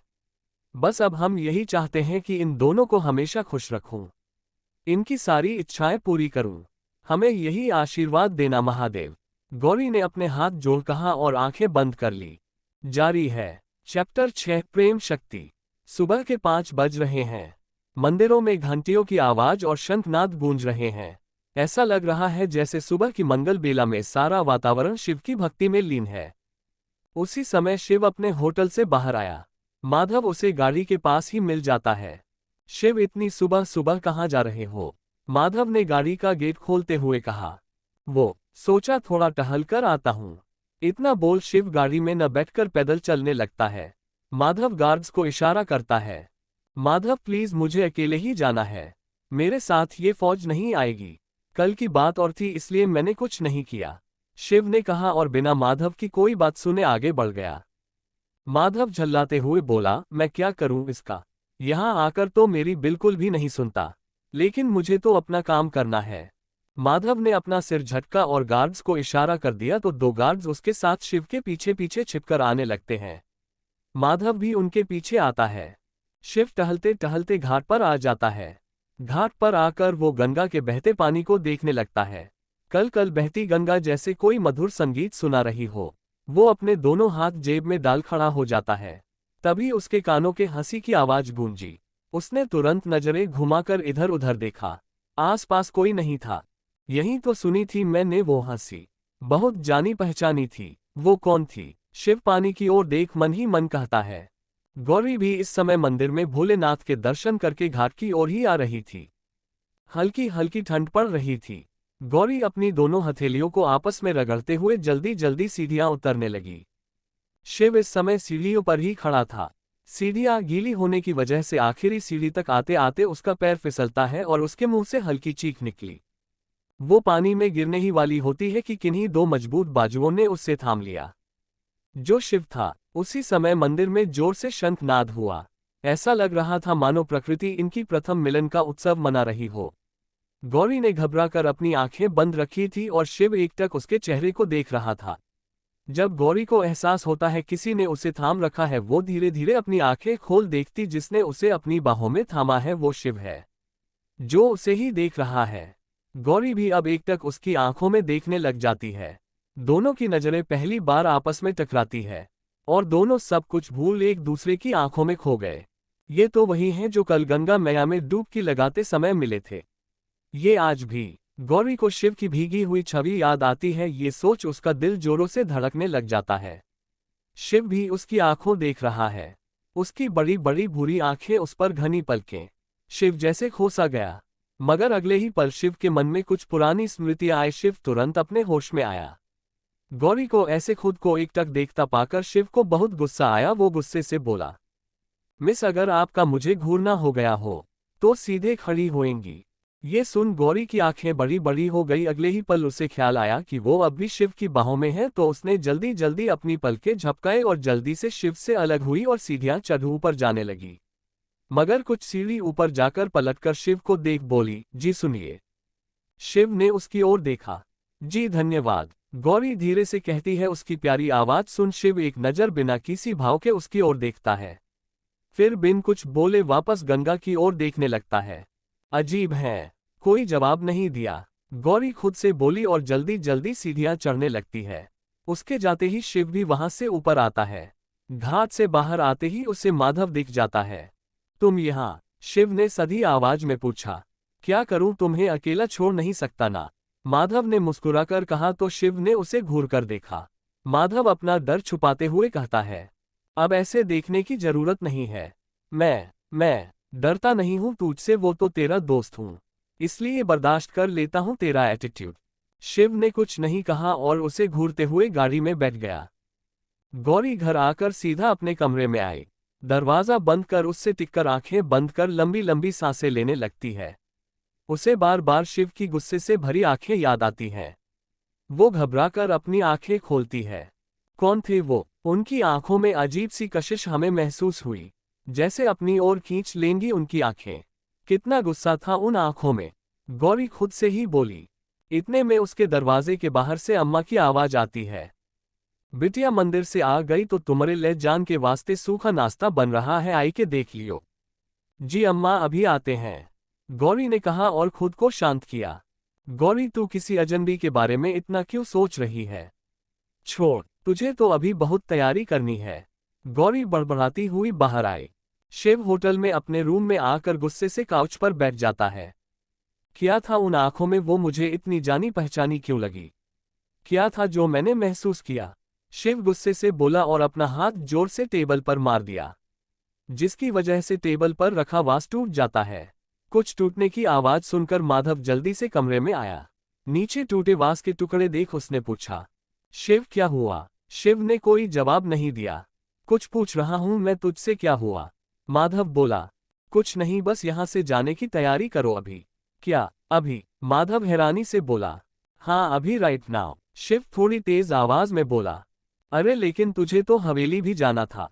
वहां? माधव अपनी बात पूरी कर पता उसके पहले ही शिव कड़े शब्दों में बोला। माधव, मुझे बहस नहीं पसंद, जो मैं कह रहा हूं बस वो करो। मुझे अभी के अभी यहां से निकलना है, मैं और यहां नहीं रुक सकता, समझे? शिव ने कहा और वॉशरूम में चला गया। वॉशरूम का दरवाजा एक जोर की आवाज से बंद हुआ। माधव भौचक्का सा उसे देखते रह गया। जारी है चैप्टर 7, आगाज ए मोहब्बत। शिव होटल वापस आकर गुस्से से अपने रूम में टहलने लगा। हालांकि उसके और गौरी के बीच ऐसा कुछ हुआ नहीं था जिससे वो अपसेट हो, लेकिन इस शिव को खुद पर ही गुस्सा आ रहा है। क्या हो गया था मुझे? मैं उसकी आंखों ऐसे क्यों देख रहा था? नहीं शिव, ये तेरा बिहेवियर नहीं है। आज तक ऐसा कभी नहीं हुआ कि किसी लड़की पर मेरी नजरें एक पल से ज्यादा ठहरी हो, फिर उस लड़की में ऐसा क्या था? शिव ने गुस्से टेबल पर जोर का हाथ मारा और उस पर रखा वास टूट गया। कुछ टूटने की आवाज सुन माधव अंदर आया। नीचे टूटे वास के टुकड़े देख माधव ने पूछा, शिव क्या हुआ? शिव कोई जवाब नहीं देता। शिव, क्या वापस जाने की तैयारी करो आज ही? शिव, लेकिन तू तो वो हवेली पर। माधव, इतना ही कह पता है कि नहीं, वहां नहीं जाना, वापस दिल्ली चलते हैं। शिव उसकी बात बीच में ही काटकर बोलता है। शिव इतना बोल वॉशरूम में चला गया और जोर से दरवाजा बंद होने की आवाज हुई। माधव ने सिर हिलाया और किसी को कॉल किया। हेलो, दिल्ली जाने की तैयारी करो, वहां से कुछ कहा गया तो माधव ने कॉल काट दिया। कुछ देर बाद शिव वॉशरूम से बाहर आया। माधव को रूम में ही देख बोला, तू अब तक यहाँ है? जो बोला वो किया, शिव अपने अक्खड़ स्वर में बोला। शिव को ऐसे देख माधव उसके पास आकर बोला, शिव देख, मैं जानता हूं तू जब भी यहाँ आता है परेशान ही हो जाता है, मगर इस बार मुझे बात कुछ और ही लग रही है। तू कभी हवेली जाना नहीं छोड़ता, तो इस बार क्या हुआ? माधव कहता है, नहीं कुछ नहीं हुआ, बस जो कहा है वो करो। शिव, मुझसे कुछ छुपा नहीं है, तू क्यों नहीं बाहर आ जाता पुरानी यादों से? वो तुझे तकलीफ के अलावा कुछ नहीं देती। तू कब तक ऐसे जिएगा? आगे बढ़, तेरी जिंदगी वही रुक गई जहां 22 साल पहले थी। मुझे तुम्हारी सलाह की जरूरत नहीं है, जो कहा है वो करो। शिव ने अलमारी से अपने कपड़े निकाल बेड पर रख दिए। माधव कुछ देर शिव को देखा, फिर एक गहरी सांस ली। फोन कर कमरा साफ करने को बोल वो बाहर आ गया। माधव के जाने के बाद शिव ने अपने कपड़े देखे और एक बार फिर वॉशरूम में चला गया। शिव शावर के नीचे आंखें बंद करके खड़ा हो गया। कुछ पुरानी यादों की तस्वीर उसकी आंखों के सामने आती है। शिव, तुम ना बहुत क्यूट हो। तुम कितने भोले हो शिव। एक खूबसूरत चेहरा उसकी आंखों के आगे आता है। किसी की खनकती हंसी की आवाज उसके कानों में गूंजती है, साथ ही चीखने की आवाज। शिव ने घबराकर अपनी आंखें खोली। उसकी आंखों में आंसू हैं जो शॉवर से गिरती बूंदों में घुल रही हैं। वो बहुत देर तक यूं ही शॉवर के नीचे भीगता खड़ा रहा। रात में गौरी को छोड़ने सभी स्टेशन आए। अरुण जी उसका सामान उसकी बर्थ पर बाहर रखा और खिड़की पर आकर उससे बातें करने लगे। बेटा, अपना ख्याल रखना और हमें रोज फोन करना, अरुण जी बोले। जी फूफा जी, गौरी बोली। बूजी, आप भी अपना ख्याल रखना और हाँ, हमें ज्यादा मिस मत करना, ओके। गौरी ने कहा तो सुकन्या की आंखों में आंसू आ गए। ओ बूजी, नो रोना धोना प्लीज, गौरी ने अपने निचले होठों को बाहर निकाल कहा। अरुण जी ने सुकन्या के कंधे पर हाथ रख बोले, सुकन्या, अपनी लाडली को खुशी खुशी जाने दो। अरे अभी विदा थोड़ी हो रही है वो। इस पर सुकन्या मुस्कुरा दी। अनजान शहर है इसलिए डर लग रहा है। सुकन्या आंसू पोंछ बोली। ओहो बूजी, हम भी तो जाएंगे ना गौरी के पास, सुमन ने कहा। फिर गौरी की ओर देख कहा, गौरी, हम भी ना जल्दी आएंगे तुम्हारे पास। हमने ना बाबा से बात भी कर ली है। हम भी नौकरी करेंगे दिल्ली में, फिर हम साथ साथ रहेंगे, सुमन ने चाहते हुए बोली। सच्ची, तू सच कह रही है, गौरी बोली। हाँ और क्या, अब हम तुमसे थोड़ी ना झूठ बोलेंगे, सुमन ने कहा। गौरी खुश होते हुए बोली, जल्दी आना, हम इंतजार करेंगे। हाँ, कोशिश करूंगी, सुमन ने कहा। इस पर सुकन्या मजाकिया लहजे में बोली, फिर तो हो गई नौकरी तुम दोनों से। दोनों एक जैसी हो, झल्ली और तूफान। अब क्या होगा दिल्ली का, मैं तो सोच के ही परेशान हूं। ये सुन सभी मुस्कुराने लगे। बूजी, आप मजाक उड़ा रही हैं हमारा, गौरी ने मुंह बनाकर कहा। नहीं, हम मजाक नहीं उड़ा रहे हैं बिटिया, बल्कि हम तो खुश हैं कि अब तुम अकेली नहीं रहोगी, दोनों साथ रहोगी तो हमें भी तुम्हारी थोड़ी चिंता कम होगी, सुकन्या ने मुस्कुराते हुए कहा। मेरी अच्छी बूजी, अच्छा अब आप लोग जाए, अब ट्रेन का भी टाइम हो रहा। गौरी ने जैसे ही कहा तो ट्रेन ने हॉर्न दिया। ठीक है बेटा, पहुंचने पर कॉल करना और कोई भी परेशानी हो तो बस अपने फूफाजी को एक कॉल कर देना बेटा, हम आ जाएंगे, अरुण बोले। जी फूफा जी, आप भी बूजी का और अपना ख्याल रखना। ठीक है बिटिया, फोन करते रहना और ज्यादा रात तक बाहर मत रहना, सुकन्या ने कहा। जी बूजी, आप भी अपना ख्याल रखना और हमारी चिंता तो बिल्कुल मत करना। ट्रेन धीरे धीरे स्पीड पकड़ती है और चल पड़ती है अपने गंतव्य की ओर। सुकन्या की आंख एक बार फिर भर आए। उन्होंने हल्के से अपनी आंखें पोंछी और अरुण जी को देखा तो हैरान हो गई। वो भी अपने आंसू पोंछ रहे थे। ऐसे क्या देख रही हो, अरुण जी बोले। आपको देख रहे हैं, हमें रोने से मना कर रहे थे और आप खुद अपने आंसू नहीं संभाल पाए। अरे बिटिया, पहली बार इतनी दूर गई है, वो भी अकेले, तो बाप का दिल भी थोड़ा तो भावुक होगा ही ना, अरुण जी मुस्कुराते हुए बोले। बूजी, फूफा जी, आप दोनों उसकी चिंता ना करो, वो गौरी है, आप जानते हैं अच्छे से, वो सब संभाल लेगी। और फिर हम भी जा ही रहे हैं कुछ दिनों बाद, सुमन बोली। सुकन्या और अरुण जी हल्के से मुस्कुरा उठे। तीनों घर की ओर निकल पड़े। शिव दिल्ली पहुंच चुका था। उसे घर में देख यशोदा खुश होते हुए बोली, शिव तुम जल्दी आ गए, तुम तो कल आने वाले थे ना। शिव ने कोई जवाब नहीं दिया और सीधा अपने कमरे में आ गया। यशोदा जी परेशानी से ऊपर जाते हुए शिव को देखने लगी। माधव भी शिव के पीछे पीछे अंदर आया। शिव को क्या हुआ, वो इतना गुस्से में क्यों है, यशोदा जी माधव से पूछती है। माधव उनके पैर छुए कहा, पता नहीं माँ जी, इसे क्या हुआ, मुझसे भी कुछ नहीं कहा, बस एकदम से कहा वापस जाना है, पता नहीं क्या चल रहा है इसके दिमाग में, माधव ने कहा और चला गया। यशोदा परेशानी से ऊपर शिव के कमरे की ओर देखने लगी और बोली, लगता है आज मेरे बेटे के पुराने जख्म फिर से हरे हो गए। पता नहीं कब मेरा बेटा उन यादों के भांवर से बाहर आएगा। हे महादेव, कोई ऐसा भेज दो जो मेरे बेटे को उस भांवर से बाहर निकाल लाए, वरना मेरा बेटा डूब जाएगा। यशोदा ने मंदिर के आगे हाथ जोड़ लिए। जारी है चैप्टर 8। शिव कमरे में आया, अपना कोट निकाल गुस्से से जमीन पर फेंक दिया। वो अपनी टाई की नॉट खोल शर्ट की बाजू कोहनी तक ऊपर चढ़ा ली। उसके दिल में अजीब सी हलचल मची हुई थी जब से वो गौरी से टकराया था। अपने मन में मची हलचल और बेचैनी को कम करने के इरादे से टेबल पर पड़ी शराब की बोतल खोल मुंह से लगा ली। उसे खुद समझ नहीं आता कि आखिर आज वो इतना बेचैन क्यों है। चेहरे पर गुस्सा और आंखें लाल। उसे बार बार गौरी का चेहरा और उसकी वो भूरी आंखें याद आती हैं। वो गुस्से से शराब की बोतल को दीवार पर दे मारता है और वहीं जमीन पर ही बैठे बैठे कब सो जाता है उसे पता ही नहीं चलता। सुबह देर तक शिव की आंख नहीं खुलती। शिव जब नीचे नहीं आया तो यशोदा उसके कमरे में आती है। कमरे आते ही शिव उन्हें जमीन पर लेटा मिलता है और शराब की टूटी बोतल वो जल्दी से कमरे में आती है और शिव का सिर गोद में लेकर बैठ जाती है। वो उसका सिर सहलाते हुए मन में कहती है, ऐसा क्या हुआ है जो मेरा बेटा इस तरह टूट गया। इतने साल हो गए, दिन महीने साल पर साल बदल गए, लेकिन मेरे बेटे की जिंदगी नहीं बदली, जैसे वहीं रुक गई है। वो शिव को जगाते हुए कहती हैं, शिव शिव बेटा सुबह हो गई। यशोदा की आवाज सुन शिव हड़बड़ाकर उठ गया। माँ आप। वो यशोदा से नजरें चुराने लगता है। मैं कुछ नहीं पूछूंगी शिव, और तुम तो वैसे भी कुछ नहीं बताओगे, यशोदा ने कहा। ये सुन शिव ने उनकी हथेलियों को चूमकर कहा, माँ जानती है ना आप मेरे लिए क्या हो। आपकी कोई बात आज तक टाली मैंने। जानती हूँ, बहुत अच्छे से जानती हूँ। तू मेरी कोई बात नहीं टालता, सब मानता है सिवाय एक बात के, यशोदा नम आंखों से कहा। माँ। शिव उन्हें गले लगा लेता है। बेटा ऐसा कब तक चलेगा। तू भूल क्यों नहीं जाता सब कुछ। आगे बढ़, मैं जब तक जिंदा हूं तब तक तेरे साथ हूं, लेकिन बेटा मेरे बाद क्या। तुझे जरूरत है एक जीवन साथी की। माँ। आप फिर से वही बात। मुझे नहीं है जरूरत किसी की मेरी जिंदगी में। हाँ वही बात, तू मानता क्यों नहीं है। शिव। 20 साल बहुत ज्यादा समय होता है, लेकिन तू आज भी वहीं रुका है। मेरी बात मान जा, आगे बढ़। मैं तेरा घर बसते देखना चाहती हूँ बेटा। माँ आप समझती क्यों नहीं। मुझे नहीं है किसी की जरूरत।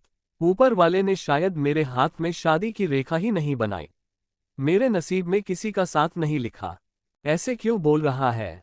मेरा मन कहता है तेरे लिए भी कोई ना कोई जरूर भगवान ने बनाए है, बस उसके मिलने की देर है।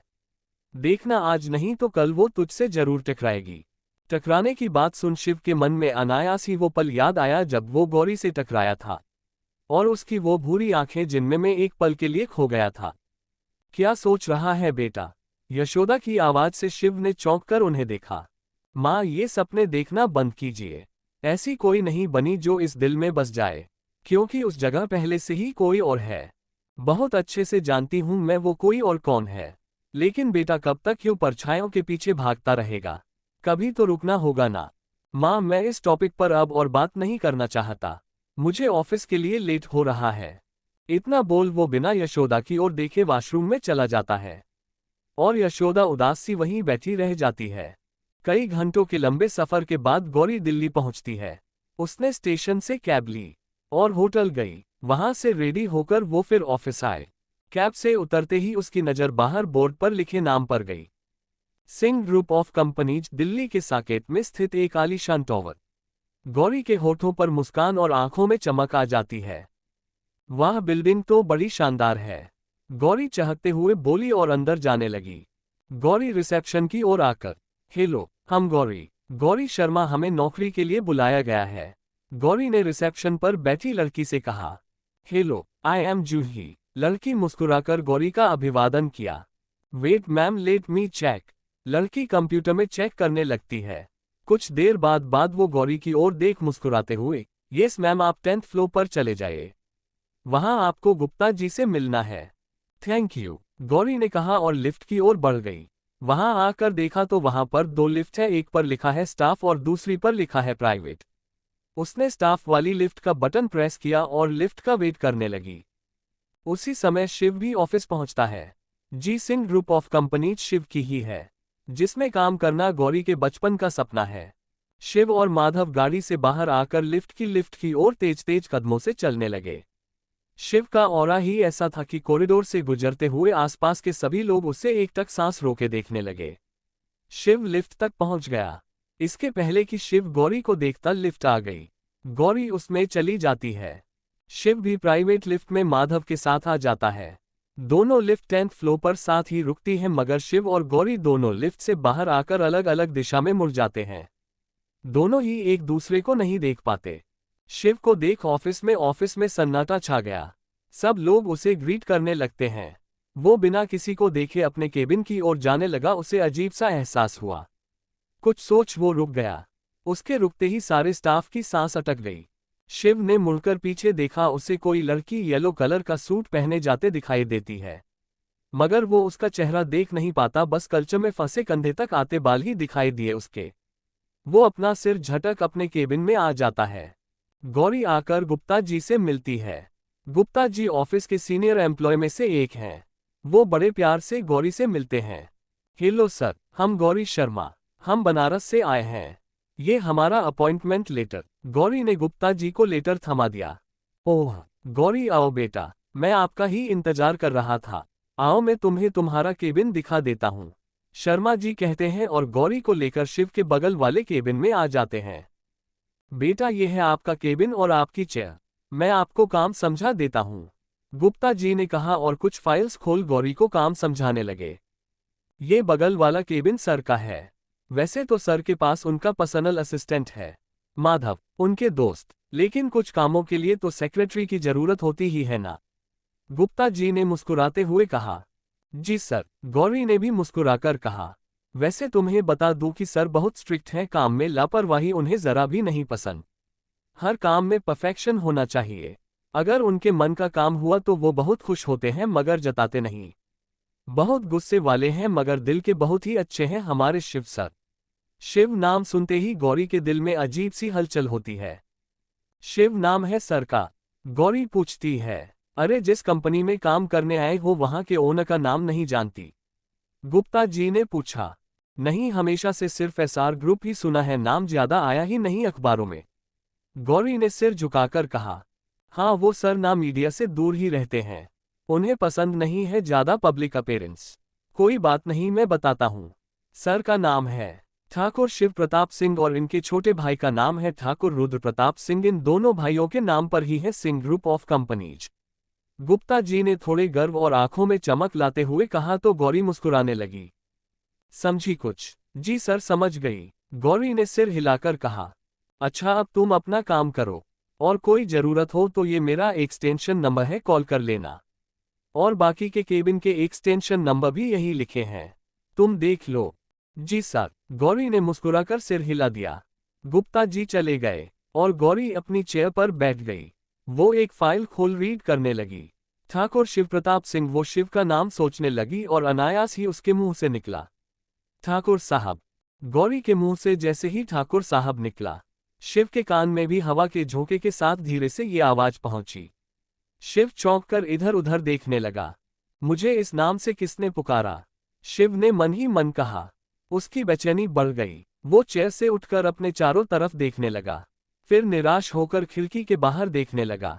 जारी है चैप्टर 9, आगाज ए मोहब्बत। गौरी के ठाकुर साहब कहते ही अपने केबिन में बैठे शिव के कानों में जब हवा के झोंके के साथ ठाकुर साहब सुनाई दिया तो वो बेचैनी से इधर उधर देखने लगा। उससे जब रहा नहीं गया तो अपनी चेयर से उठ खिड़की पर खड़ा होकर बाहर देखने लगता है। उसके स्मृतिपटल पर फिर से पुरानी यादें आ जाती हैं। शिव, आज जो तुमने किया है ना, उससे हमारी नज़र में तुम्हारा सम्मान बढ़ गया है। आज से हम तुम्हें ठाकुर साहब कहेंगे। ये शब्द याद आते ही उसके चेहरे पर फीकी मुस्कान आई। शिव खुद से कहता है। सब कहते हैं पुरानी यादों से बाहर आओ, निकाल कर फेंक दो पुरानी यादें मन से, मगर कैसे समझाऊं सबको कि यादें तो कैकेट्स की तरह होती हैं, जितना उखड़ोगे ये उतनी ही तेजी से बढ़ते हैं। शिव एक गहरी सांस भरी और अपना सिर झटक वापस अपनी चेयर पर बैठ अपना काम करने लगा। इधर गौरी अपने काम में बहुत ही मन लगाकर कर रही थी। अब नई नई नौकरी का उत्साह था या शिव की कंपनी के काम करने का, ये तो उसे ही पता। दोपहर तक उसने सारा पेंडिंग काम निपटा दिया और अपने केबिन से निकलकर गुप्ता जी के पास आकर सारी फाइल उनके सामने रख दी। गुप्ता जी हैरानी ने उसे देखते हैं। बेटा, आपने सारा काम कर लिया? जी सर, गौरी मुस्कुराकर कहती है। गुड, वेरी गुड, सर तो इम्प्रेस हो जाएंगे। जी आप एक बार चेक कर लीजिएगा। हाँ हाँ, बिना चेक किए तो सर के पास कोई फाइल जाती ही नहीं, और सर भी बिना चेक किए किसी फाइल पर साइन नहीं करते। गुप्ता जी मुस्कुराते हुए बोले, आपसे एक बात पूछूं? गौरी झिझकते हुए पूछती है। हाँ पूछो ना, गुप्ता जी उसकी ओर देख बोलते हैं। वो हम सुबह से इस ऑफिस में हैं। हमने अभी तक ना ही सर को देखा और ना ही किसी स्टाफ से इंट्रोडक्शन हुआ है हमारा। वो इसलिए कि सर के केबिन में जल्दी से किसी को जाने की परमिशन नहीं मिलती। और रहा ऑफिस स्टाफ से इंट्रोडक्शन, वो तो अभी करवा देते हैं। चलो, लंच टाइम हो गया है। वर्किंग आवर्स में यहाँ सिर्फ काम किया जाता है, no time pass. Gupta ji ने थोड़ा गर्दन तानकर कहा तो गौरी मुस्कुराने लगी। गौरी कुछ सोचते हुए बोली, सर नहीं है क्या ऑफिस में? है ना। क्यों? वो हम ये सोच रहे थे कि हम तो सेक्रेटरी है ना, तो हमारा तो काम उनसे बार बार पड़ेगा। लेकिन आपने कहा कि। इतना बोल गौरी चुप हो गई।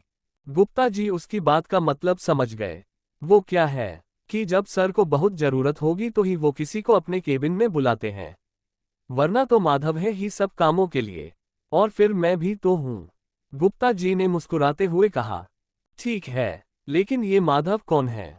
माधव सर के असिस्टेंट और उनके पुराने और गहरे दोस्त भी। ओह अच्छा, गौरी ने कहा। अच्छा चलो लंच के लिए चलते हैं, वहीं तुम्हें सबसे मिलवाता हूं। फिर कुछ याद करते हुए गुप्ता जी बोले, अरे हाँ, एक काम तो मैं भूल गया। गुप्ता जी ने ड्रॉर से चाबी का एक गुच्छा निकाल गौरी की ओर बढ़ाते हुए बोले, ये है तुम्हारे फ्लैट की चाबियां। तुम चाहो तो आज ही शिफ्ट कर सकती हो। थैंक यू सर, गौरी ने चाबी लेते हुए कहा। थैंक यू की जरूरत नहीं है, ये तो कोई भी इस पोस्ट पर आता तो उसे मिलता ही है। गुप्ता जी ने मुस्कुराते हुए कहा और दोनों लंच के लिए कैंटीन की ओर बढ़ गए। कैंटीन में आकर गुप्ता जी, हेलो एवरीवन, जरा इधर ध्यान देना। सभी लोग उन्हें देखने लगे। गुप्ता जी ने गौरी को सबसे मिलवाते हुए कहा, इनसे मिलिए, ये गौरी है, न्यू अपॉइंट हुई है सर की सेक्रेटरी की पोस्ट पर। सर की सेक्रेटरी? वहां खड़ी लड़कियों ने एक साथ कहा। जी, हम सर की सेक्रेटरी हैं। गौरी ने मुस्कुराते हुए कहा। लड़कियां आपस में कुछ खुसुर फुसुर करने लगी। क्या हुआ, कोई बात है क्या? गौरी ने पूछा। नहीं कोई बात नहीं, वो क्या है कि सर की सेक्रेटरी ज्यादा दिन तक टिकती ही नहीं इस ऑफिस में, तो लेट्स सी तुम कितने दिन टिकती हो। तो ऑल द बेस्ट, एक लड़की रूही ने थोड़ा एटीट्यूड से कहा। गौरी उसे असमंजस सी नजरों से देखने लगी। गुप्ता जी ने बात बदलने के इरादे से सबसे मिलवाते हुए कहा, गौरी, ये रूही, ये सपना है, ये वरुण और विक्रम और ये मिसेज बेदी। ऐसे करते हुए उन्होंने ने गौरी को सबसे मिलवा दिया। और आखिर में बोले, ये सपना आपकी ही बिल्डिंग में रहती है, तो शाम को जाते समय आप सपना के साथ ही चले जाना। इतना कहकर गुप्ता जी वहां से चले गए। सपना ने गौरी का हाथ पकड़ा और चेयर पर बैठाते हुए बोली, तुम सर की सेक्रेटरी हो तो जरा संभल कर रहना। क्यों, ऐसे क्यों कह रही हो? वो इसलिए कि सर बहुत स्ट्रिक्ट हैं। गुस्सा बहुत आता है उन्हें। इस ऑफिस में सभी डरते हैं उनसे। गलती जरा भी बर्दाश्त नहीं होती उनसे। अगर तुम्हें गुस्से से कुछ बोल दे तो चुपचाप सुन लेना, क्योंकि दिल के बहुत ही अच्छे हैं। अपने स्टाफ को अपनी फैमिली मेंबर्स की तरह समझते हैं। सपना ने कहा तो गौरी मुस्कुराते हुए बोली, लेकिन हम तो अब तक उनसे मिले ही नहीं हैं। हमें तो ये भी नहीं पता कि वो दिखते कैसे हैं। अरे इतना आसान नहीं है उनसे मिलना। बट डोंट वरी, तुम मिल लोगी जल्द ही, क्योंकि तुम तो सेक्रेटरी हो। सपना ने कहा तो गौरी ने सिर हिला दिया। दोनों लंच करने लगी। साथ ही वहां बैठे लड़कों की नजरें बार बार गौरी पर ही ठहर जाती। सिंपल सोबर, दुबली पतली, अच्छी कद काठी की और सुंदर नैन नक्श की गौरी का आकर्षण ही कुछ ऐसा था कि नजरें अपने आप चली जाती उस पर। शाम को गौरी सपना के साथ ही ऑफिस से निकली। पहले उसने होटल से अपना सामान लिया, फिर दोनों फ्लैट पर आए। गौरी ने जैसे ही लॉक खोल अंदर गई तो उसके चेहरे पर मुस्कुराहट आ गई। फुली फर्निश्ड फ्लैट बहुत ही सुंदर था। उसने तुरंत मोबाइल निकालकर पहले अपने घर को फोन किया, बूजी और फूफा जी से बात कर फिर नहाने चली गई। रात में वो बालकनी में अपनी चाय लेकर आ गई। वो खुले आसमान में चांद देखते देखते चाय पी रही थी कि अचानक से उसके दिमाग में सपना की बातें गूंजी, सर बहुत स्ट्रिक्ट है मगर दिल के अच्छे हैं। उसने अपना चाय का कप रखा और मोबाइल लेकर शिव प्रताप सिंह को सर्च करने लगी और मन में ही बोली, आखिर हम भी तो देखें कि ये ठाकुर साहब हैं कौन, कैसे दिखते हैं। ये बोल उसने गूगल, फेसबुक, इंस्टाग्राम सारा सोशल मीडिया खंगाला, लेकिन उसे शिव प्रताप सिंह नहीं मिले। हाँ, रुद्र प्रताप सिंह की बहुत सी तस्वीरें थी सोशल साइट्स पर, लेकिन शिव की एक भी नहीं। कैसे है ये ठाकुर साहब? आज के जमाने में भी इनकी एक भी फोटो सोशल मीडिया पर नहीं है। अब तो इन्हें जानने की जिज्ञासा और बढ़ रही है हमारी। गौरी ने खुद से ही कहा और बिस्तर पर सो गई। जारी है। तो कैसी होगी गौरी और उसके ठाकुर साहब की पहली मुलाकात? जानने के लिए पढ़िए नेक्स्ट पार्ट। चैप्टर 10 आगाज ए मोहब्बत। दिन बीत रहे थे, देखते देखते गौरी को 2 हफ्ते हो गए थे ऑफिस में, मगर इन 2 हफ्तों में उसकी शिव से कोई मुलाकात नहीं हुई। गौरी ने कई बार कोशिश भी की उससे मिलने की, मगर हो ना पाया।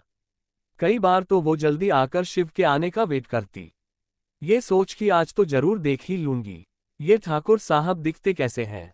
मगर संयोग ही नहीं बनते, जैसे महादेव ने स्वयं ही इनके मिलने का समय तय किया हो और उसके पहले ही ये मिल नहीं सकते।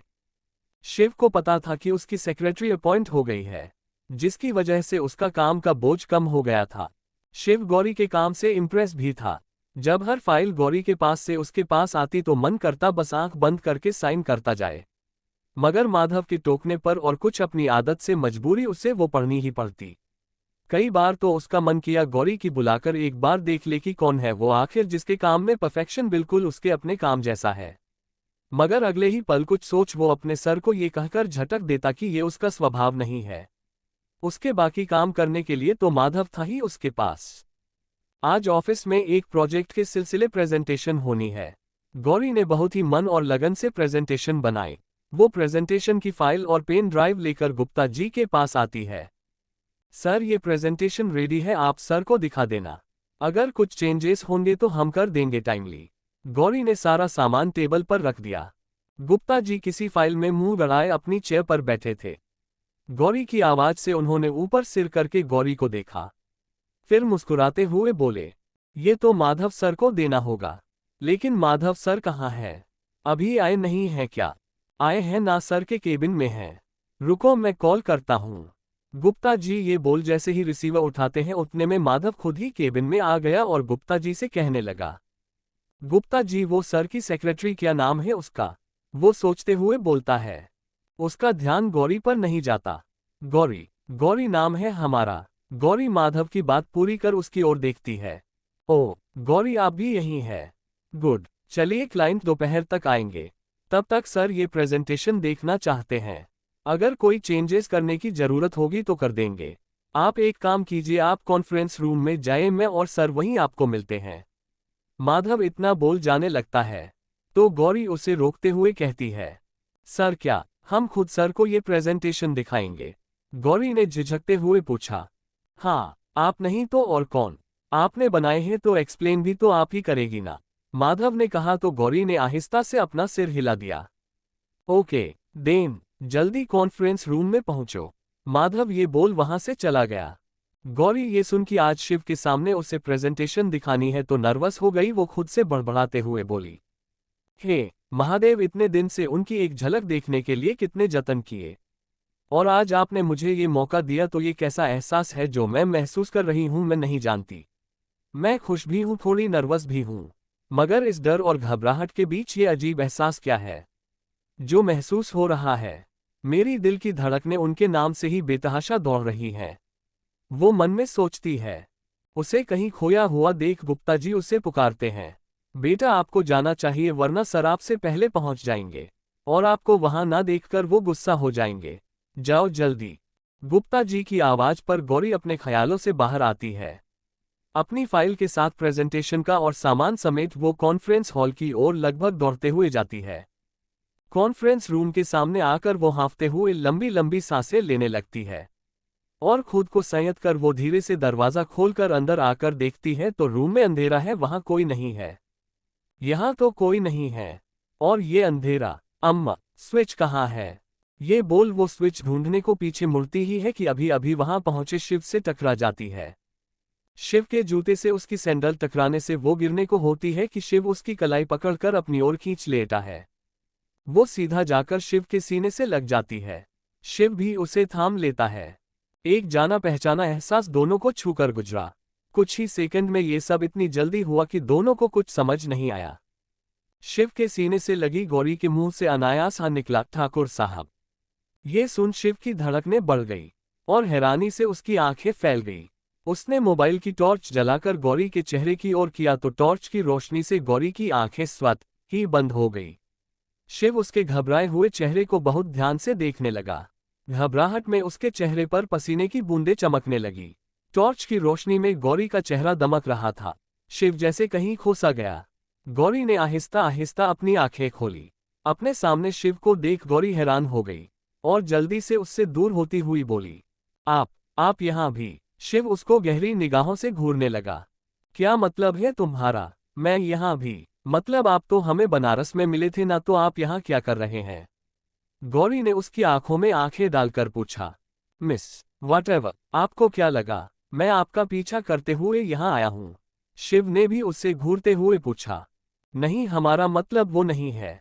हम तो, गौरी ने आगे बोलना चाहा कि शिव ने उसकी बात काटकर कहा, तुम तो क्या? और ये बताओ तुम यहाँ क्या कर रही हो? अरे हम आपको क्यों बताएं हम यहाँ क्या कर रहे हैं? पहले तो आप यहाँ क्या कर रहे हो ये बताओ। ये सुन शिव को उस पर बहुत गुस्सा आता है। शायद तुम जानती नहीं हो कि मैं कौन हूँ। शिव अपने कदम आगे बढ़ाते हुए कहता है। गौरी अपने कदम पीछे लेते हुए कहती है, देखिए हम आपसे डरते नहीं हैं, और आप कोई भी हो हमें उससे क्या। ये सुन शिव गुस्से से घूरते हुए और आगे बढ़ता है। गौरी पीछे टेबल से टकरा जाती है। वो पीछे देखती है तो अब और पीछे जाने की जगह नहीं होती, मगर फिर भी बिना डरे गौरी उससे अकड़ कर कहती है, देखिए अपनी इन गुस्से से भरी आंखों से हमें मत घूरिए। वैसे आप पूछ ही रहे हैं तो बता दूं कि हम यहाँ जॉब करते हैं। जॉब यहाँ? और तुम्हें किसने जॉब दे दी? शिव ने उसे आंखें तरेरते हुए कहा। गौरी भी कहाँ डरने वाली थी। उसने भी आंखें दिखाते हुए कहा, आप ऐसे क्यों घूर रहे हैं? ऐसा लग रहा है अपनी नजरों से ही भस्म करेंगे हमें।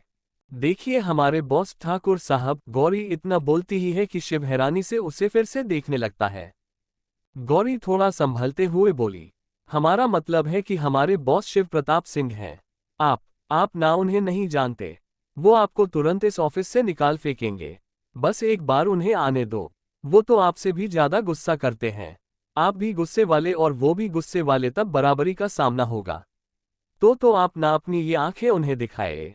आप मेरे पीछे क्यों पड़े हैं? गौरी मासूमियत से बोली। उसकी इस मासूमियत को देख शिव के होठ हल्की मुस्कुराहट से तिरछे हुए, पर अगले पल वो फिर से आंखें दिखाते हुए बोला, शिव प्रताप सिंह, तुम्हारे बॉस? ये सुन गौरी ने जल्दी से हाँ में अपनी गर्दन हिलाई। कभी देखा है उन्हें? शिव ने पूछा। नहीं, गौरी के कहा। शिव आगे कुछ बोलता उससे पहले माधव रूम में आ गया और सारी लाइट्स जल उठी। रूम में रोशनी होते ही शिव का ध्यान गया कि वो गौरी के कितने करीब है। वो जल्दी से उससे दूर हुआ। उसके दूर होते ही गौरी ने राहत भरी सांस ली। मिस गौरी, आप वहां क्या कर रही हैं? आप रेडी हैं ना? माधव गौरी को देख पूछता है। जी सर, गौरी ने धीरे से कहा। ये सुन शिव हैरानी से गौरी को तो कभी माधव को देखने लगा। उसने सवालिया निगाहों से माधव को देखा। माधव ने कोई जवाब नहीं दिया। गौरी आकर एक चेयर पर बैठकर इधर उधर देखने लग गई। मिस गौरी, क्या हुआ? किसका वेट कर रही हैं? शुरू करें, माधव ने कहा तो। गौरी ने आहिस्ता से कहा, वो ठाकुर। इतना बोल गौरी रुक जाती है। इतना सुन शिव उसे देखने लगा। गौरी ने अपना गला साफ करते हुए कहा, सर, शिव सर नहीं आए। गौरी, शिव सर तो तुम्हारे सामने हैं। माधव के ये कहते ही गौरी की आंखें बड़ी बड़ी हो जाती है। वो शिव को देखने लगती है और शिव उसे घूरता हुआ अपनी चेयर पर जाकर बैठ जाता है। जारी है चैप्टर 11। माधव के कहने पर कि ये ही है शिव सर। गौरी की आंखें बड़ी बड़ी हो गई। वो हैरानी से शिव को देखने लगी। शिव फुल एटीट्यूड में आकर अपनी चेयर पर बैठ गया। हे महादेव, ये क्या किया हमने? ये ठाकुर साहब है। इतने दिन से इन्हें देखना चाहते थे, मिलना चाहते थे, और आज जब मिले भी तो ऐसे। हाय, कितनी बदतमीजी से बात की है हमने इनसे। अब क्या करें? अब तो ये जरूर ज्वालामुखी की तरह हम पर बरसेंगे, और तो और कहीं ये हमें नौकरी से ही ना निकाल दें। नहीं नहीं, ऐसा नहीं होने देंगे हम। गौरी खुद में ही बड़बड़ाती है। शिव उसकी सारी हरकतें बहुत ध्यान से देख रहा है। माधव उसको ऐसे देख फिर से कहता है, मिस गौरी कहाँ खो गई? कहीं नहीं सर, कहीं नहीं। तो शुरू करो, माधव ने कहा तो गौरी ने एक नज़र शिव को देखा और एक गहरी सांस लेकर प्रोजेक्टर ऑन किया, पेन ड्राइव लैपटॉप से लगाया और बड़े ही कॉन्फिडेंस से अपना प्रेजेंटेशन दिखाने लगी। शिव उसके इस कॉन्फिडेंस से बहुत इम्प्रेस हुआ। और उसका प्रेजेंटेशन उसके अभी तक के किए हर काम की तरह परफेक्ट था। शिव को अब यकीन हो गया कि गौरी ही उसकी सेक्रेटरी है, क्योंकि उसका ये प्रेजेंटेशन भी उसके किए गए काम की तरह परफेक्ट था। शिव उसे बहुत ध्यान से देखे जा रहा था। उसने मन में सोचते हुए कहा, इसके काम करने का तरीका बिल्कुल मेरी तरह है, तो मतलब यही है मेरी सेक्रेटरी जो अपना हर काम परफेक्शन से करती है। लड़की है स्मार्ट लेकिन बहुत ज्यादा बदतमीज भी है, शिव ने मन में कहा। प्रेजेंटेशन खत्म हुआ और लाइट ऑन हुई। माधव शिव की ओर देखने लगा, मगर शिव खोया हुआ सा अभी भी गौरी के बारे में ही सोच रहा था। सर, अगर कोई चेंजेस कराने हो या कुछ ऐड कराना हो तो मुझे बता दीजिए, गौरी ने शिव की ओर देखकर कहा। मगर शिव ने कोई जवाब नहीं दिया। माधव ने शिव की बाह पर हाथ रख उससे पूछा, शिव क्या हुआ, कहाँ खो गए, तुम्हें कैसा लगा प्रेजेंटेशन, एनी चेंजेस? नो, नहीं, सब ठीक है, शिव ने बिना किसी भाव के कहा। गौरी ये सुन बहुत खुश हुई, लेकिन माधव हैरानी से शिव को देखने लगा। Thank you sir, thank you so much, Gauri ने कहा। शिव ने उसे एक नज़र देखा फिर बिना किसी भाव के कहा, क्लाइंट के सामने प्रेजेंटेशन तुम दोगी? सर गौरी ने हैरानी से पूछा। हाँ तुम, क्यों कोई प्रॉब्लम है? शिव ने अपनी एक आईब्रो उठाकर पूछा। नहीं सर, कोई प्रॉब्लम नहीं, लेकिन प्रेजेंटेशन तो माधव सर देते हैं ना, गौरी ने माधव की ओर देख के कहा, जो हैरानी से आंखें फाड़े अब भी शिव को ही देखे जा रहा था। हाँ, देता था, लेकिन आज का प्रेजेंटेशन तुम दोगी। इनफैक्ट आज का ही क्यों, अब से हर प्रेजेंटेशन तुम ही दोगी, शिव ने सपाट लहजे में कहा तो माधव का पूरा मुंह खुल गया। वो एक टक शिव को देखने लगा। थैंक यू सर, गौरी ने कहा और जाने लगी। वो दरवाजे तक जाकर रुक जाती है और पलटकर शिव को देखती है और आहिस्ता से कहती है, सॉरी सर। ये सुन शिव अपनी दोनों भवें उचकाकर उसे देखता है जैसे पूछ रहा हो सॉरी किस लिए? सर वो थोड़ी देर पहले जो हुआ उसके लिए, हम नहीं जानते थे कि आप ही ठाकुर वो शिव प्रताप सिंह हो, इसलिए वो सब सॉरी। इतना बोल गौरी बिना रुके वहां से चली जाती है। माधव अभी भी शिव को देख रहा है। अब कब तक मुझे ऐसे मुंह खोले देखता रहेगा? मुंह बंद कर और आगे की डिस्कशन करते हैं, शिव ने माधव को बिना देखे ही कहा। शिव ये तू ही था ना, या कोई और? माधव ने हैरानी से पूछा। क्यों, क्या हुआ? शिव ने पूछा लेकिन अभी भी उसकी ओर नहीं देखा। क्यों, क्या हुआ, ये तू पूछ रहा है? तू ठीक है ना? तूने उस लड़की को प्रेजेंटेशन देने के लिए कहा, जो कि अब तक मेरे अलावा किसी ने नहीं दिया, और सबसे बड़ी बात तूने उसके काम में कोई नुस्ख कोई गलती नहीं निकाली। I mean, तुझे उसका काम इतना परफेक्ट लगा कि तूने उसे पहली ही बार में अप्रूव भी कर दिया। हाँ, तो उसमें हैरानी की क्या बात है? उसके काम में परफेक्शन है, तो कर दिया अप्रूव, कोई गलती थी ही नहीं, शिव बोला। शिव तू भूल गया, तुझे किसी का काम इतने जल्दी पसंद नहीं आता, माधव ने कहा। शट अप माधव, क्या बकवास कर रहे हो? पिछले कई दिनों से उसके काम को देखा है मैंने, कितने पेंडिंग फाइल्स उसने बहुत ही जल्दी और बिना किसी गलती से निपटाई है। हाँ, उससे कभी मिला नहीं था, आज मिल भी लिया, बस थोड़ी बोलती बहुत है, शिव ने माधव की ओर देख के कहा। हे, तुमने कब उससे बात कर ली? जहां तक मुझे पता है तुझे किसी लड़की से बात करना पसंद नहीं है, और वो अब तक तेरे केबिन में आई नहीं थी, आज पहली बार मिला है तू उससे, है ना? माधव ने उसे घूरते हुए कहा, जैसे कंफर्म कर रहा हो। माधव, शिव ने गुस्से उसे देखते हुए कहा तो वो चुप हो गया। वैसे कुछ भी बोलो, लड़की है बड़ी टैलेंटेड, उसके आने से मेरा भी काम का बोझ कम हो गया, माधव ने कहा। शिव ने उसे देखते हुए बस इतना कहा, और हल्की मुस्कान उसके चेहरे पर आते आते रुक गई, जिसे माधव ने नोटिस कर लिया। कुछ सोच वो भी मुस्कुराने लगा। कुछ देर बाद शिव के क्लाइंट मिस्टर मल्होत्रा अपने बेटे रंजीत के साथ आए। रंजीत तो गौरी को देख उसे देखता ही रह गया, अब वो थी ही इतनी खूबसूरत, लेकिन गौरी का ध्यान उस पर नहीं गया। क्लाइंट के सामने गौरी ने प्रेजेंटेशन बहुत ही कॉन्फिडेंटली दिया। शिव का ध्यान तो पूरे समय गौरी पर ही था, लेकिन शिव के साथ कोई और भी है जो गौरी को बहुत गौर से देख रहा था। वो है रंजीत मल्होत्रा, मिस्टर मल्होत्रा का बेटा। मिस्टर मल्होत्रा गौरी से बहुत इम्प्रेस हुए, खुश होकर प्रोजेक्ट साइन किया। उन्होंने शिव और गौरी को बधाई दी। जब रंजीत ने गौरी से हाथ मिलाया तो उसने बहुत कसके गौरी के हाथ को पकड़ लिया और काफी देर तक नहीं छोड़ा। गौरी को इस तरह रंजीत का उसका हाथ पकड़ना ठीक नहीं लगा। वो अपना हाथ छुड़ाने की कोशिश करने लगी, मगर रंजीत चेहरे पर कुटिल मुस्कान लिए उसे ही देखे जा रहा है। शिव की नज़र उन पर पड़ी तो उसकी आंखें छोटी हो गई। उसकी आंखों में लाल डोरे उतर आए।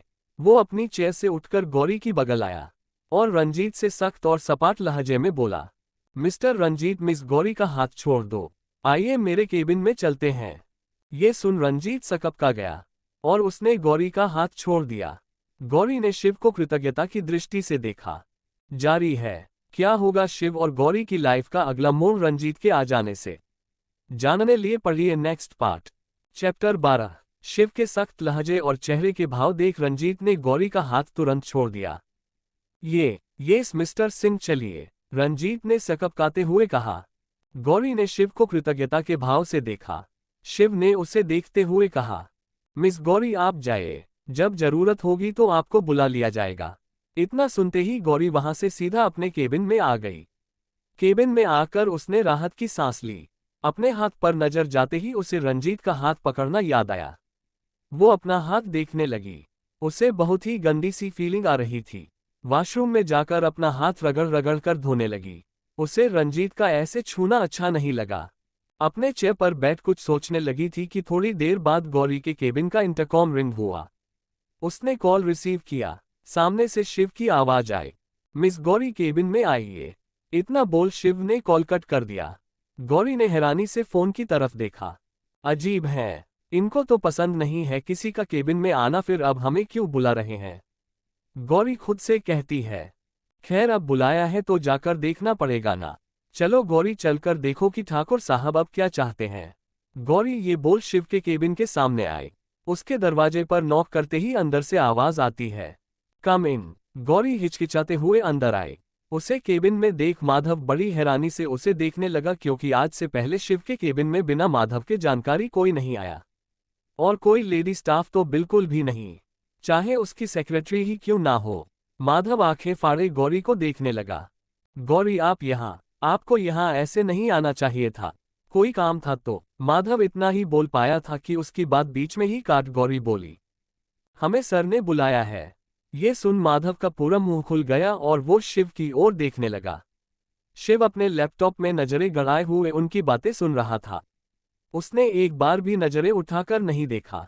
शिव, क्या सच में तुमने बुलाया गौरी को? माधव ने शिव से पूछा। शिव ने नजरें उठा के माधव को देखा। उसकी आंखों में गुस्सा देख माधव शांत हो जाता है। शिव उसे अभी भी घूर रहा है ये देख माधव चुपचाप केबिन से बाहर चला गया। गौरी अभी भी वैसे ही खड़ी थी। शिव ने उसे देखते हुए उसे बैठने का इशारा किया। गौरी समझ नहीं पाती और वैसे ही खड़ी रही। शिव ने सिर हिलाकर उससे फिर से बैठने का इशारा किया। मुंह से नहीं बोल सकते कि बैठ जाओ, बस इशारे कर रहे हैं। हुआ, खड़ूस, अकडू। उसका इशारा समझ गौरी ने मन ही मन कहा। उसे ऐसे खोए हुए देख शिव ने गुस्से से कहा, मिस गौरी, मैंने आपको बैठने के लिए कहा है। ये सुन गौरी हड़बड़ाते हुए कहती है, जी सर। गौरी बैठ जाती है। शिव ने गौरी को देखते हुए कहा, क्या जरूरत है आपको हर किसी से हाथ मिलाने की? उसने सीधे सीधे ही कहा। गौरी हैरानी से, जी, आज के बाद इस बात का ध्यान रखना, और अब आप जा सकती हैं। शिव ने बिना उसकी कोई बात सुने कहा। जी। गौरी ने सिर हिला दिया, मगर वो फिर भी बैठी रही। शिव ने भवें चढ़ाकर उसे देखा और कहा, आपको जाने के लिए कहा है मिस गौरी। गौरी हड़बड़ाते हुए, जी सर, बोल जल्दी से बाहर आ गई। गौरी बाहर आकर चैन की सांस लेकर खुद से ही बोली, अजीब है ये ठाकुर साहब भी। ये क्या बात हुई? जब कोई हैंडशेक के लिए हाथ बढ़ाएगा तो हाथ तो मिलाना ही होगा। इतनी अच्छी प्रेजेंटेशन दी, प्रोजेक्ट भी मिल गया, लेकिन उसके लिए अप्रिशिएट तो किया नहीं, उल्टा मुझे ही फरमान सुना दिया। खड़ूस, अकडू, सडू कहीं के। हे महादेव, ये ठाकुर साहब ऐसे क्यों हैं? वो अपने दोनों हाथ ऊपर करके नौटंकी करते हुए बोली।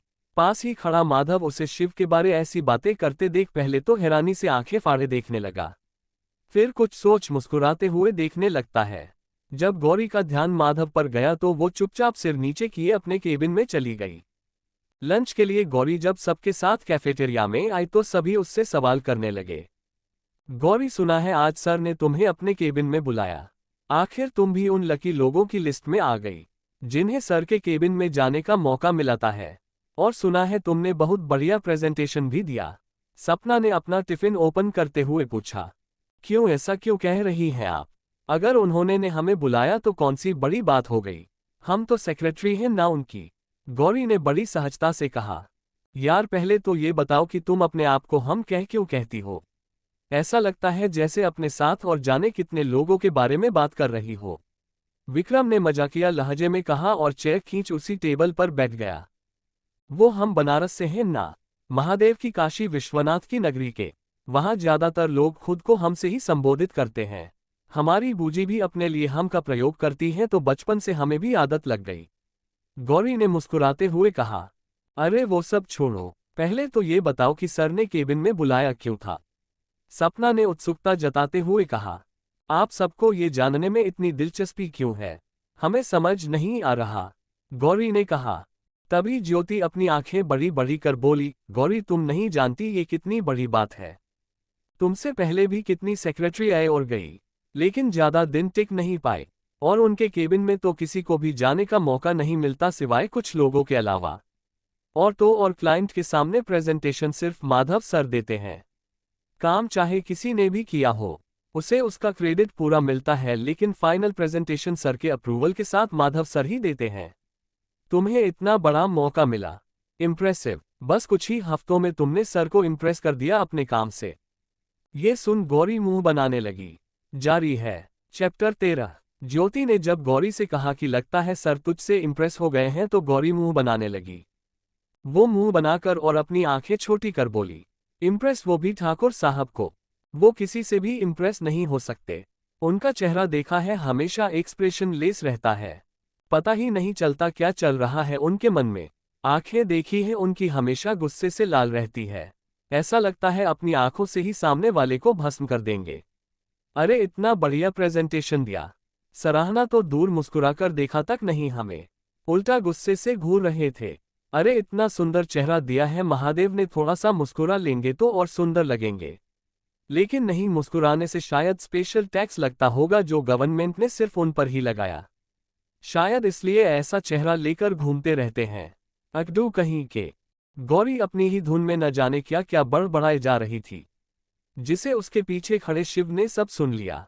शिव जो कुछ ही देर पहले माधव के बहुत कहने से यहाँ पर सबके सामने गौरी को अप्रिशिएट करने आया था, मगर अपने बारे में सुन वहीं रुक गया। उसे वहां देख सबके पसीने छूटने लगे। सब घबराकर अपनी चेयर से उठ गए, मगर गौरी अब भी बड़ किए जा रही है। अरे वो तो हम यहाँ हैं दिल्ली में, अगर बनारस में होते ना तब बताते उन्हें कि हम क्या हैं। गौरी ने जैसे ही ये कहा तभी पीछे से शिव की आवाज आती है। अगर आप बनारस में होती तो क्या करती मिस गौरी? अरे वो तो बनारस में होते तो बताते ना, अब यहाँ कैसे बताएं? गौरी ने बेख्याली में कहा। फिर अचानक से उसकी आंखें बड़ी बड़ी हो गई।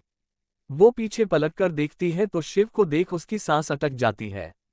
वो अपनी बड़ी बड़ी पलकें घबराहट में फड़फड़ाते हुए शिव को देखने लगती है। उसके मुंह से एक शब्द नहीं निकलता। बोलो मिस गौरी, क्या करती आप? शिव अपने दोनों हाथ पॉकेट में डाल एटीट्यूड से उसके सामने आकर खड़ा हो जाता है और उसे गुस्से से घूरने लगता है। गौरी ने थूक गटकते हुए अपना गला तर किया तो उसकी गोरी गर्दन पर हरी नीली नसें साफ दिखाई देने लगी। साथ ही गर्दन और माथे पर घबराहट से पसीने की बूंदें चमकने लगती है। शिव का ध्यान जब उसके मासूम से डरे हुए चेहरे पर जाता है तो उसकी आंखों में देखते हुए वो मानो जैसे कहीं खो गया। गौरी की तितलियों सी फड़फड़ाती पलकें, उसका घबराया हुआ मासूम चेहरा उसे अपनी ओर लुभाने लगता है। शिव उसे बस एकटक देखे जा रहा है। उसे तो आसपास का कोई ख्याल ही नहीं रहा हो जैसे। सर वो हम तो बस ऐसे। गौरी अभी भी अटकते हुए बोलने की कोशिश कर रही है। उसकी आवाज सुन शिव जैसे अपने ख्यालों से बाहर आया हो। शिव ने उस पर से अपनी नजरें फेरी, वापस अपने केबिन में आ गया। वो गुस्से से अपने टेबल का सारा सामान फेंकने लगा और टेबल पर जोर से हाथ मारते हुए कहता है, क्यों मैं उस लड़की को ऐसे देख रहा था? क्यों? ऐसा क्या है उसमें? ये लड़की ना, आज तक मुझे किसी ने ऐसे अफेक्ट नहीं किया, लेकिन ये लड़की अफेक्ट करने लगी है मुझे। दूर रहना पड़ेगा मुझे, इस लड़की से दूर रहना होगा। शिव ने इतना बोल अपनी आंखें बंद कर ली। उसी समय माधव भी उसके पीछे पीछे केबिन में आता है। वहां का हाल देख और शिव को परेशान देख वो भी सोच में पड़ जाता है। शिव, क्या हुआ तुम्हें? और ये सब क्या है? ये केबिन का हाल। माधव ने उसके कंधे पर हाथ रख कहा। माधव, मेरी आज की सारी मीटिंग्स कैंसिल कर दो। शिव बिना कोई जवाब दिए केबिन से बाहर चला गया। माधव उसके पीछे आवाज देते हुए बाहर आया, मगर शिव ने उसकी एक नहीं सुनी और ऑफिस से बाहर आकर अपनी गाड़ी लेकर चला जाता है। माधव भागते हुए नीचे आता है तो देखता है उसकी गाड़ी नहीं है और ड्राइवर वहीं खड़ा है। सर कहाँ गए? ड्राइवर माधव से पूछता है। वो, सर मुझसे गाड़ी की चाबी लेकर खुद ड्राइव करके चले गए। ड्राइवर सिर झुकाकर कहता है। शीट! माधव ने जोर से जमीन पर पैर पटका। शिव, तुम्हें क्या हुआ? ये तुम्हें बताना ही होगा मुझे, माधव अपने आप से कहता है और शिव को फोन करते हुए वो दूसरी गाड़ी में बैठ जाता है। इधर कैफेटेरिया सब गौरी को घेरे हुए हैं। वाह गौरी, क्या बात है, तुमने इतना सब कुछ कहा मगर सर ने तुमसे कुछ नहीं कहा और ना गुस्सा किया। बिना कुछ बोले बस चले गए यहाँ से। सपना ने कहा।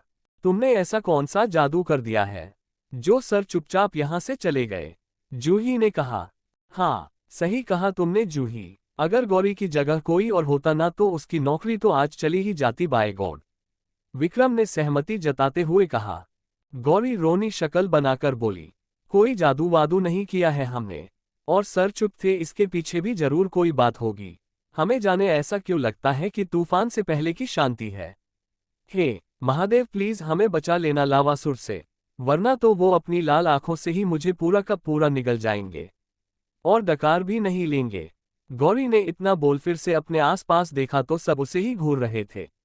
अपनी जीभ दांतों तले दबा उसने अपनी आंखें बंद की। सॉरी, हमसे फिर से गलती, ये सब निकल गया। ये बोल वो अपने केबिन में भाग जाती है और सब एक दूसरे का मुंह ताकते रह जाते हैं। शिव गुस्से से सड़कों पर गाड़ी दौड़ाए जा रहा है। माधव उसे बार बार फोन करता है मगर वो उसका कॉल डिस्कनेक्ट कर फोन स्विच ऑफ कर देता है। उसकी गाड़ी एक बंगले के सामने आकर रुकती है। वो गाड़ी से उतरकर अंदर जाता है, टाई की नॉट खोलते हुए सीढ़ियां चढ़ता है और एक कमरे आकर गुस्से से अपना कोट निकालकर बेड पर फेंकता देता है। शेल्फ में से शराब की बोतल लेकर वो खिड़की के पास खड़ा हो जाता है। गुस्से से अपनी आंखें बंद कर लेता है। आंखें बंद करते ही उसे गौरी का घबराया हुआ चेहरा नजर आता है। वो शराब की बोतल खोल मुंह से लगा लेता है। इधर गौरी अपने केबिन में आकर परेशानी से टहल रही है। हे महादेव, अब तो हमें ठाकुर साहब के गुस्से से कोई नहीं बचा सकता। अब हमारी नौकरी तो गई, हमारा सपना वो भी अधूरा रह गया। अब क्या करें? हम भी ना बिना आगे पीछे देखे कुछ भी बोलने लगते हैं। बूजी ने कितनी बार टोका है हमें, लेकिन हम अपनी आदतें नहीं सुधारते। सोच गौरी सोच, अब क्या करेगी? इतनी सारी बड़बड़ करते हुए गौरी क्यूट सा फेस बनाकर सोचने लगती है। शिव कमरे की खिड़की पर खड़ा होकर शराब पी रहा है। उसकी आंखों के आगे कुछ पुराने यादें किसी फिल्मी दृश्य की तरह आने लगे हैं। किसी की खिलखिलाकर हंसने की आवाज उसके कानों में गूंजने लगती है। एक लड़की का खूबसूरत चेहरा उसकी आंखों के आगे आने लगता है। उसकी बड़ी बड़ी शरारती आंखें उससे खुद पर महसूस होती है। शिव अपनी आंखें बंद कर लेता है। आंखों से कुछ बूंदें निकलकर गालों पर ठहर जाती है। क्यों जब मैं उस लड़की को देखता हूं तो उनमें आपकी झलक नजर आती है। उसकी आंखों में आपकी आंखों की शरारत नजर आती है। मैं क्यों उसे देख खो जाता हूं। मेरा खुद पर कोई बस ही नहीं चलता, जबकि मैं जानता हूं ये ठीक नहीं है, ऐसा नहीं होना चाहिए। शिव अपने आप से कहता है और गुस्से से शराब की बोतल जमीन पर पटक देता है और वहीं बैठ जाता है।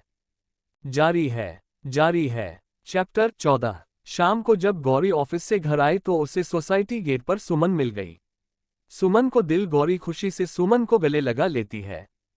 तुम कब आए, हमें बताया क्यों नहीं? गौरी बोली, सरप्राइज भी कोई चीज होती है मेरी जान, तुझे सरप्राइज देने का सोचा तो बस आ गई बिना बताए, सुमन ने आंखें मटकाते हुए कहा और दोनों सहेलियां बातें करती हुई लिफ्ट में आ गई।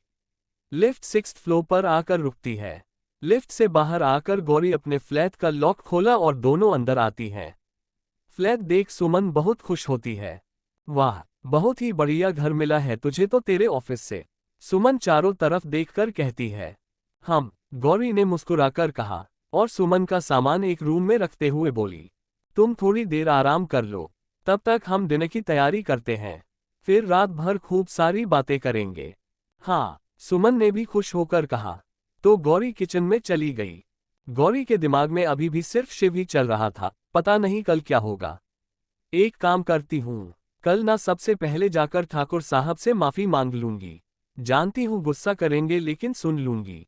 अब गलती की है तो भुगतना तो पड़ेगा ना, गौरी अपने आप से कहती है और काम में लग जाती है।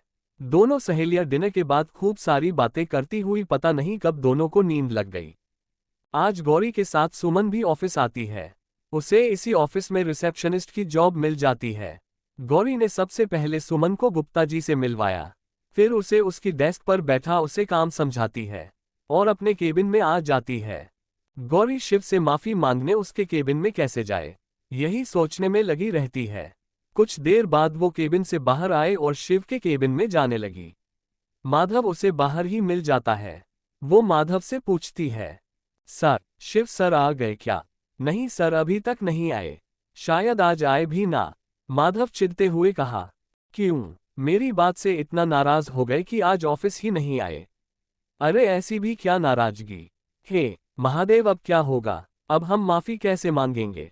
गौरी फिर से बड़बड़ाने लगी। माधव उसे हैरानी से देखने लगता है।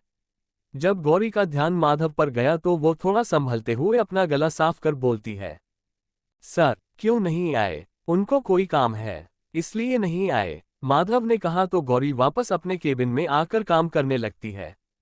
माधव गौरी को जाते हुए देख अपना सिर हिला कर बोला, ये लड़की कितना बोलती है। फिर मुस्कुराने लगता है। वो शिव को फोन लगाता है, मगर शिव का फोन अब भी बंद आता है। कहाँ हो तुम शिव? कल से तुम्हें ढूंढ रहा हूँ। ऐसी कौन सी जगह पर हो जहाँ का पता मुझे भी नहीं है? माधव फोन देखते हुए कहता है और किसी को फोन पर शिव के बारे में पता लगाने को कहता है। दोपहर बाद जब शिव को होश आया तो खुद को उसी कमरे में फर्श पर गिरा पाया। चारों तरफ कांच के टुकड़े बिखरे पड़े हैं। शिव अपना सिर पकड़ संभाल कर खड़ा हुआ और वॉशरूम में जाने लगा तो एक कांच का टुकड़ा उसके पैर में धंस जाता है। शिव वहीं नीचे बैठ गया। उसने बड़ी ही बेदर्दी से खींचकर कांच का टुकड़ा निकाला। कांच निकालते ही खून बहने लगा। उसी समय ऑफिस में बैठे गौरी को अचानक महसूस जैसे उसके पैर में कुछ चुभा। वो अपनी सैंडल निकालकर पैर के तलवे को सहलाने लगी, जिसकी राहत शिव को महसूस होती है। शिव अपनी आंखें बंद कर वैसे ही बैठ रहा। कुछ देर बाद वो उठकर वॉशरूम में चला जाता है। इधर गौरी अभी भी अपना पैर सहला रही है। ऐसा क्यों लगा जैसे कुछ चुभा हो हमें, लेकिन कुछ भी तो नहीं हुआ है, गौरी खुद से ही बोली और फिर से अपना काम करने लगती है। लंच ब्रेक में गौरी ने सुमन को सबसे मिलवाया। गौरी ने शिव के बारे में बताते हुए कहा, तुम्हें पता है सुमन? अरे तुम्हें कैसे पता होगा, हम ही बताते हैं। हमारे जो सर हैं ना, वो बहुत ही गुस्सैल हैं। उनसे जरा बचकर रहना होगा तुम्हें। हिटलर है हिटलर, पूरे गुस्सासुर कहीं के, और आंखों से तो ऐसे घूरते हैं जैसे जलाकर भस्म ही कर देंगे।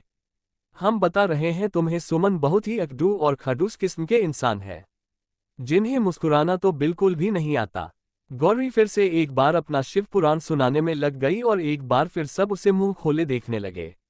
गौरी का ध्यान जब सब पर गया तो वो अपनी हथेलियों को अपने होठों पर रख चुप हो जाती है और मासूमियत से सबको देखने लगती है। ये नहीं सुधरेगी, सपना बोलती है और सब मुस्कुराने लगते हैं। अगले 2 दिनों तक ऑफिस ना तो आया और ना ही घर गया। वो अपने उसी घर में रहता है, सबसे दूर अकेले में। यहाँ घर पर यशोदा जी शिव की चिंता में परेशान होने लगती है। वो माधव को फोन कर पूछती हैं, मगर माधव ये बहाना बना देता है कि ऑफिस में बहुत काम है, इसलिए यहीं रुक जाता है। अब क्या कहता कि उसको खुद नहीं पता कि शिव कहाँ है। आज संडे है तो गौरी और सुमन दोनों घर पर ही हैं। सुबह सुबह सुमन गौरी से कहती है, गौरी, वो मेरी अम्मा ने कहा कि वो बरेली वाली मौसी है ना, जो यहीं दिल्ली में रहती है, एक बार उनसे मिल लूं। सोच रही हूँ अभी चलते हैं, एक बार मिलकर उनको अम्मा का दिया सामान दे दूं तो अम्मा को भी तसल्ली हो जाएगी। ये देख, ये है एड्रेस। सुमन ने फोन में एड्रेस दिखाते हुए कहा, ठीक है, कैब बुक कर लेंगे। अभी चलेंगे तो शाम तक वापस भी आ जाएंगे। हम रेडी होते हैं, तुम भी जल्दी तैयार हो जाओ। गौरी ये बोल रूम में चली जाती है। दोनों रेडी होकर कैब बुक करती है और वहां के लिए जाने लगती हैं, जहां सुमन की मौसी रहती है। जारी है, क्या मोड़ आएगा शिव और गौरी की जिंदगी में आगे, जानने के लिए पढ़िए नेक्स्ट पार्ट। चैप्टर 15। गौरी और सुमन के मौसी के घर के लिए निकल पड़ते हैं। दिल्ली का हौसखाज का इलाका दोनों कैब से वहां पहुंचती है। यहाँ बहुत सारी खूबसूरत कोठियां बनी है। गौरी और सुमन टहलते टहलते उस कोठी के सामने आ ही जाते हैं जिसमें उनको जाना है। दोनों अंदर जाने लगती है कि गौरी का ध्यान वहां से कुछ ही दूर स्थित झील पर जाता है। सुमन तुम जाओ, हम झील देखकर आते हैं, गौरी ने कहा और झील की ओर जाने लगती है। गौरी अकेले मत जाओ, अभी अंदर चलो, बाद में मैं भी चलती हूँ तुम्हारे साथ, सुमन ने कहा, मगर गौरी उसकी एक नहीं सुनती। हम अभी आते प्लीज, अभी तुम जाओ ना अंदर, हम तुम्हारे साथ दोबारा घूम लेंगे, गौरी ने आगे जाते हुए कहा, मगर मुड़कर पीछे नहीं देखती। सुमन मुस्कुराते हुए अंदर आ जाती है। गौरी वहां से झील के किनारे आई। झील का शांत पानी देख वो बहुत खुश होती है। वो झील के किनारे और आसपास घूमने लगती है। वो घूमते घूमते दूसरे छोर पर आ जाती है। उसकी नज़र कुछ दूर बने खूबसूरत बंगले पर पड़ी। गौरी के चेहरे पर मुस्कान आ गई।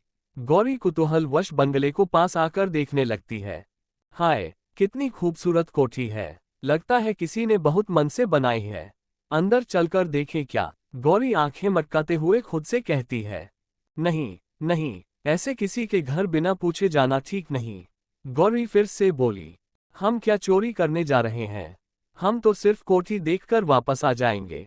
कितना बढ़िया बगीचा बना हुआ है और बगीचे में इतने खूबसूरत फूल हैं। हमसे तो नहीं रुका जा रहा, हम तो जा रहे हैं। गौरी क्यूट सा फेस बनाकर कोठी के पिछले गेट के पास आए और गेट को खोल अंदर आती है। अरे कैसे लोग हैं, पीछे का गेट तो खुला ही रखा है, ऐसे तो कोई भी अंदर आ जाएगा, गौरी मुंह बनाकर बोली और बगीचे में आकर फूल देखने लगती है। वो हर फूल को छूकर देखती है। कितने प्यारे लग रहे हैं ये फूल, गौरी ये बोल फूल तोड़ने को अपना हाथ बढ़ाया, मगर बीच में ही अपना हाथ रोक लेती है। नहीं नहीं, ऐसे फूल को तोड़कर तो उनकी सुंदरता खराब हो जाएगी, ये यही खूबसूरत लग रहे हैं। क्यूट सा फेस बनाकर वो फूल से कहती है, सॉरी हमने तुम्हें तोड़ने के बारे में सोचा। इतना बोल वो हल्के से फूल को चूम लेती है।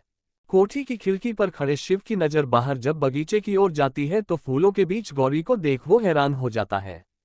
हाँ, ये शिव की ही कोठी है, जहां वो पिछले 3 दिनों से अकेले रह रहा था, जिसकी किसी को कोई खबर नहीं थी, यहां तक कि माधव को भी नहीं, वो भी उसे ढूंढ रहा है। ये यहाँ कैसे, शिव ने खुद से कहा और एक बार फिर बाहर देखता है, मगर तब तक गौरी नीचे झुक जाती है जिससे वो शिव को दोबारा नहीं दिखती। लगता है मेरा वहम है, शायद कुछ ज्यादा ही पी ली मैंने, इसलिए यहां भी वो लड़की दिख रही है, शिव ने खुद से ही कहा। शिव खिड़की से हटकर आईने के सामने होकर अपनी शर्ट पहनने लगता है। अपनी शर्ट के बटन लगाते हुए उसे आईने में एक बार फिर गौरी नजर आती है। वो पलटकर खिड़की पर आता है। इस बार गौरी उसे बगीचे में मुस्कुराते हुए टहलते दिखती है। शिव की त्योरियां चढ़ गई, ये लड़की सच में यही है, ये बदतमीज लड़की यहाँ क्या कर रही है, अभी पूछता हूँ उससे, उसकी हिम्मत कैसे हुई ऐसे बिना परमिशन अंदर आने की। शिव गुस्से से बोलता है और वो भी बाहर बगीचे में आ जाता है। गौरी बड़े आराम से गुनगुनाते हुए फूलों के क्यारियों के बीच टहल रही है। शिव आहिस्ता आहिस्ता दबे पांव उसके पीछे आकर खड़ा हो गया। गौरी अपने ही ख्यालों में खोई गुनगुना रही है। शिव ने आहिस्ता से उसके कंधे पर हाथ रखा तो गौरी चौंक गई। किसी का हाथ देख गौरी की आंखें हैरानी और घबराहट से फैल गई। वो वहीं जैसे जम गई हो। गौरी बिना पीछे मुड़े आगे की ओर कदम बढ़ाती है कि उसका दुपट्टा पौधों में फंस जाता है और दुपट्टा जमीन पर गिर जाता है। गौरी को लगा कि पीछे खड़े इंसान ने उसका दुपट्टा खींचने की बदतमीजी की है, इसलिए वो अपनी आंखें बंद कर हिम्मत से पलटती है और बिना देखे एक जोर का चाटा शिव के गाल पर मार देती है। सटाक, शिव का हाथ अपने गाल पर आ गया। वो गुस्से गौरी को घूरते हुए बोला, पहले देख तो लो मिस गौरी, जिस गलती के लिए आपने मुझे ये थप्पड़ मारा है ये गलती मुझसे हुई भी है या नहीं। शिव की आवाज सुन गौरी की आंखें बड़ी बड़ी हो गई और शिव को अचानक से खुद के सामने खड़ा देख वो हैरान हो जाती है। शिव उसको इशारे से उसका दुपट्टा दिखाता है तो गौरी का ध्यान पास ही पौधे में फंसे दुपट्टे पर जाता है। अब गौरी को अपनी गलती का एहसास होता है कि उसने बिना देखे बिना जाने शिव को थप्पड़ मार दिया। उस पर शिव का इस तरह यहाँ होना उसके लिए किसी आश्चर्य से कम नहीं था। वो शिव को देख कांपने लगी, मगर शिव ने उस पर से अपनी नजरें फेर ली और दूसरी तरफ देखने लगा। ये देख गौरी ने जल्दी से अपना दुपट्टा उठाया और कंधे पर डाल लिया। वो शिव को देखने लगी जो उसकी ओर नजरें घुमाकर दूसरी ओर देख रहा है। उसके चेहरे पर हल्की सी मुस्कान आ गई, मगर अगले ही पल थप्पड़ के बारे में सोच वो घबराने लगी। वो घबराते हुए शिव से बोली, सॉरी सर। इतना सुनते ही शिव पलटा और गुस्से से गौरी की कलाई पकड़ अपने करीब खींच लिया। इससे गौरी सीधा शिव के सीने से जा टकराए। वो आहिस्ता आहिस्ता अपना सिर ऊपर कर शिव की आंखों में देखने लगी, जिसमें उसे सिर्फ गुस्सा नजर आ रहा था। शिव गुस्से से उसे घूर रहा था। मिस गौरी, आप यहाँ क्या कर रही है? शिव ने सख्त लहजे में बोला। गौरी कुछ नहीं बोली, बस वो एकटक शिव को देखने लगी। आप मेरा पीछा करते करते यहाँ तक आ गई, आपको यहाँ का पता कैसे चला? शिव ने फिर से सवाल किया। गौरी अब भी खामोश है। शिव का गुस्सा तेज हो गया। वो चिल्लाकर बोला, मुझे घूरना बंद करो और मेरे सवालों का जवाब दो। शिव की तेज आवाज गौरी के कानों में पड़ते ही उसने अपनी आंखें बंद कर ली। उसकी तेज आवाज से गौरी सहम गई। शिव आगे बोला, और तुम्हारी हिम्मत कैसे हुई मुझे थप्पड़ मारने की? तुम अंदर कैसे आए? शिव ने उसकी दोनों बाहें कसके पकड़कर कहा। उसने बड़ी मजबूती से उसे पकड़ रखा था, जिससे गौरी को दर्द होने लगा। उसकी आंखों में आंसू आ गए। वो रोते हुए बोली, हम आपके पीछे नहीं आए, वो तो हम फूलों को। हमें माफ कर दीजिए, प्लीज छोड़ दो, हमें दर्द हो रहा है। गौरी मासूमियत से बोली। उसकी आंखों में आंसू देख जाने क्यों शिव बेचैन हो उठा। उसने तुरंत गौरी को छोड़ दिया। गौरी ने एक नज़र अपनी बाह को देखा, जिस पर शिव के उंगलियों के निशान बन गए थे। उसकी गोरी बाहें लाल नीली पड़ गई। शिव का ध्यान जब उन निशान पर गया तो उसे खुद पर बहुत गुस्सा आया। गुस्से से उसने अपनी मुठ्ठियां कस के बांध ली। गौरी की आंखों से अविरल धारा बहने लगी। वो बोली, वो हम तो बगीचा और फूल देखने आए थे, और हम तो वो वहां झील के किनारे घूम रहे थे। हम आपके पीछे नहीं आए, भला हम क्यों आपके पीछे आने लगे? गौरी सिसकियां लेते हुए बड़ी मुश्किल से बोली, और वहां से जाने लगी। वो गेट तक आकर रुक गई और शिव की ओर देख बोली, ये पीछे का गेट खुला है, अब से ध्यान दीजिएगा कि ये खुला ना रहे, यहां से कोई भी आ सकता है। गौरी इतना बोल अपने आंसू पोंछते हुए वहां से भाग जाती है। शिव जाती हुई गौरी को देखता रह जाता है। उसे गौरी का आंसुओं से भरा चेहरा याद आता है। गुस्से से उसकी नसें तन जाती है। वो वहां से सीधे अपने जिम में आता है और गुस्से से शर्ट उतार जमीन पर फेंक वो पंचिंग बैग पर मुंह के बरसाने लगता है। वो लगातार ऐसे किए जा रहा है। उसे बार बार गौरी की आंसुओं से भरी आंखें दिखाई देने लगती है। जितनी बार गौरी का चेहरा उसकी आंखों के आगे आता, उसके पंचेज की स्पीड उतनी बढ़ती जाती। उसे खुद समझ नहीं आ रहा था कि उसकी ये बेचैनी और ये गुस्सा, इसका कारण क्या है। जब शिव पूरी तरह से थक गया तो वहीं नीचे जमीन पर बैठ गया। आप करना क्या चाहते हो महादेव? क्यों बार बार उस लड़की को मेरे सामने लाकर खड़ा कर देते हो?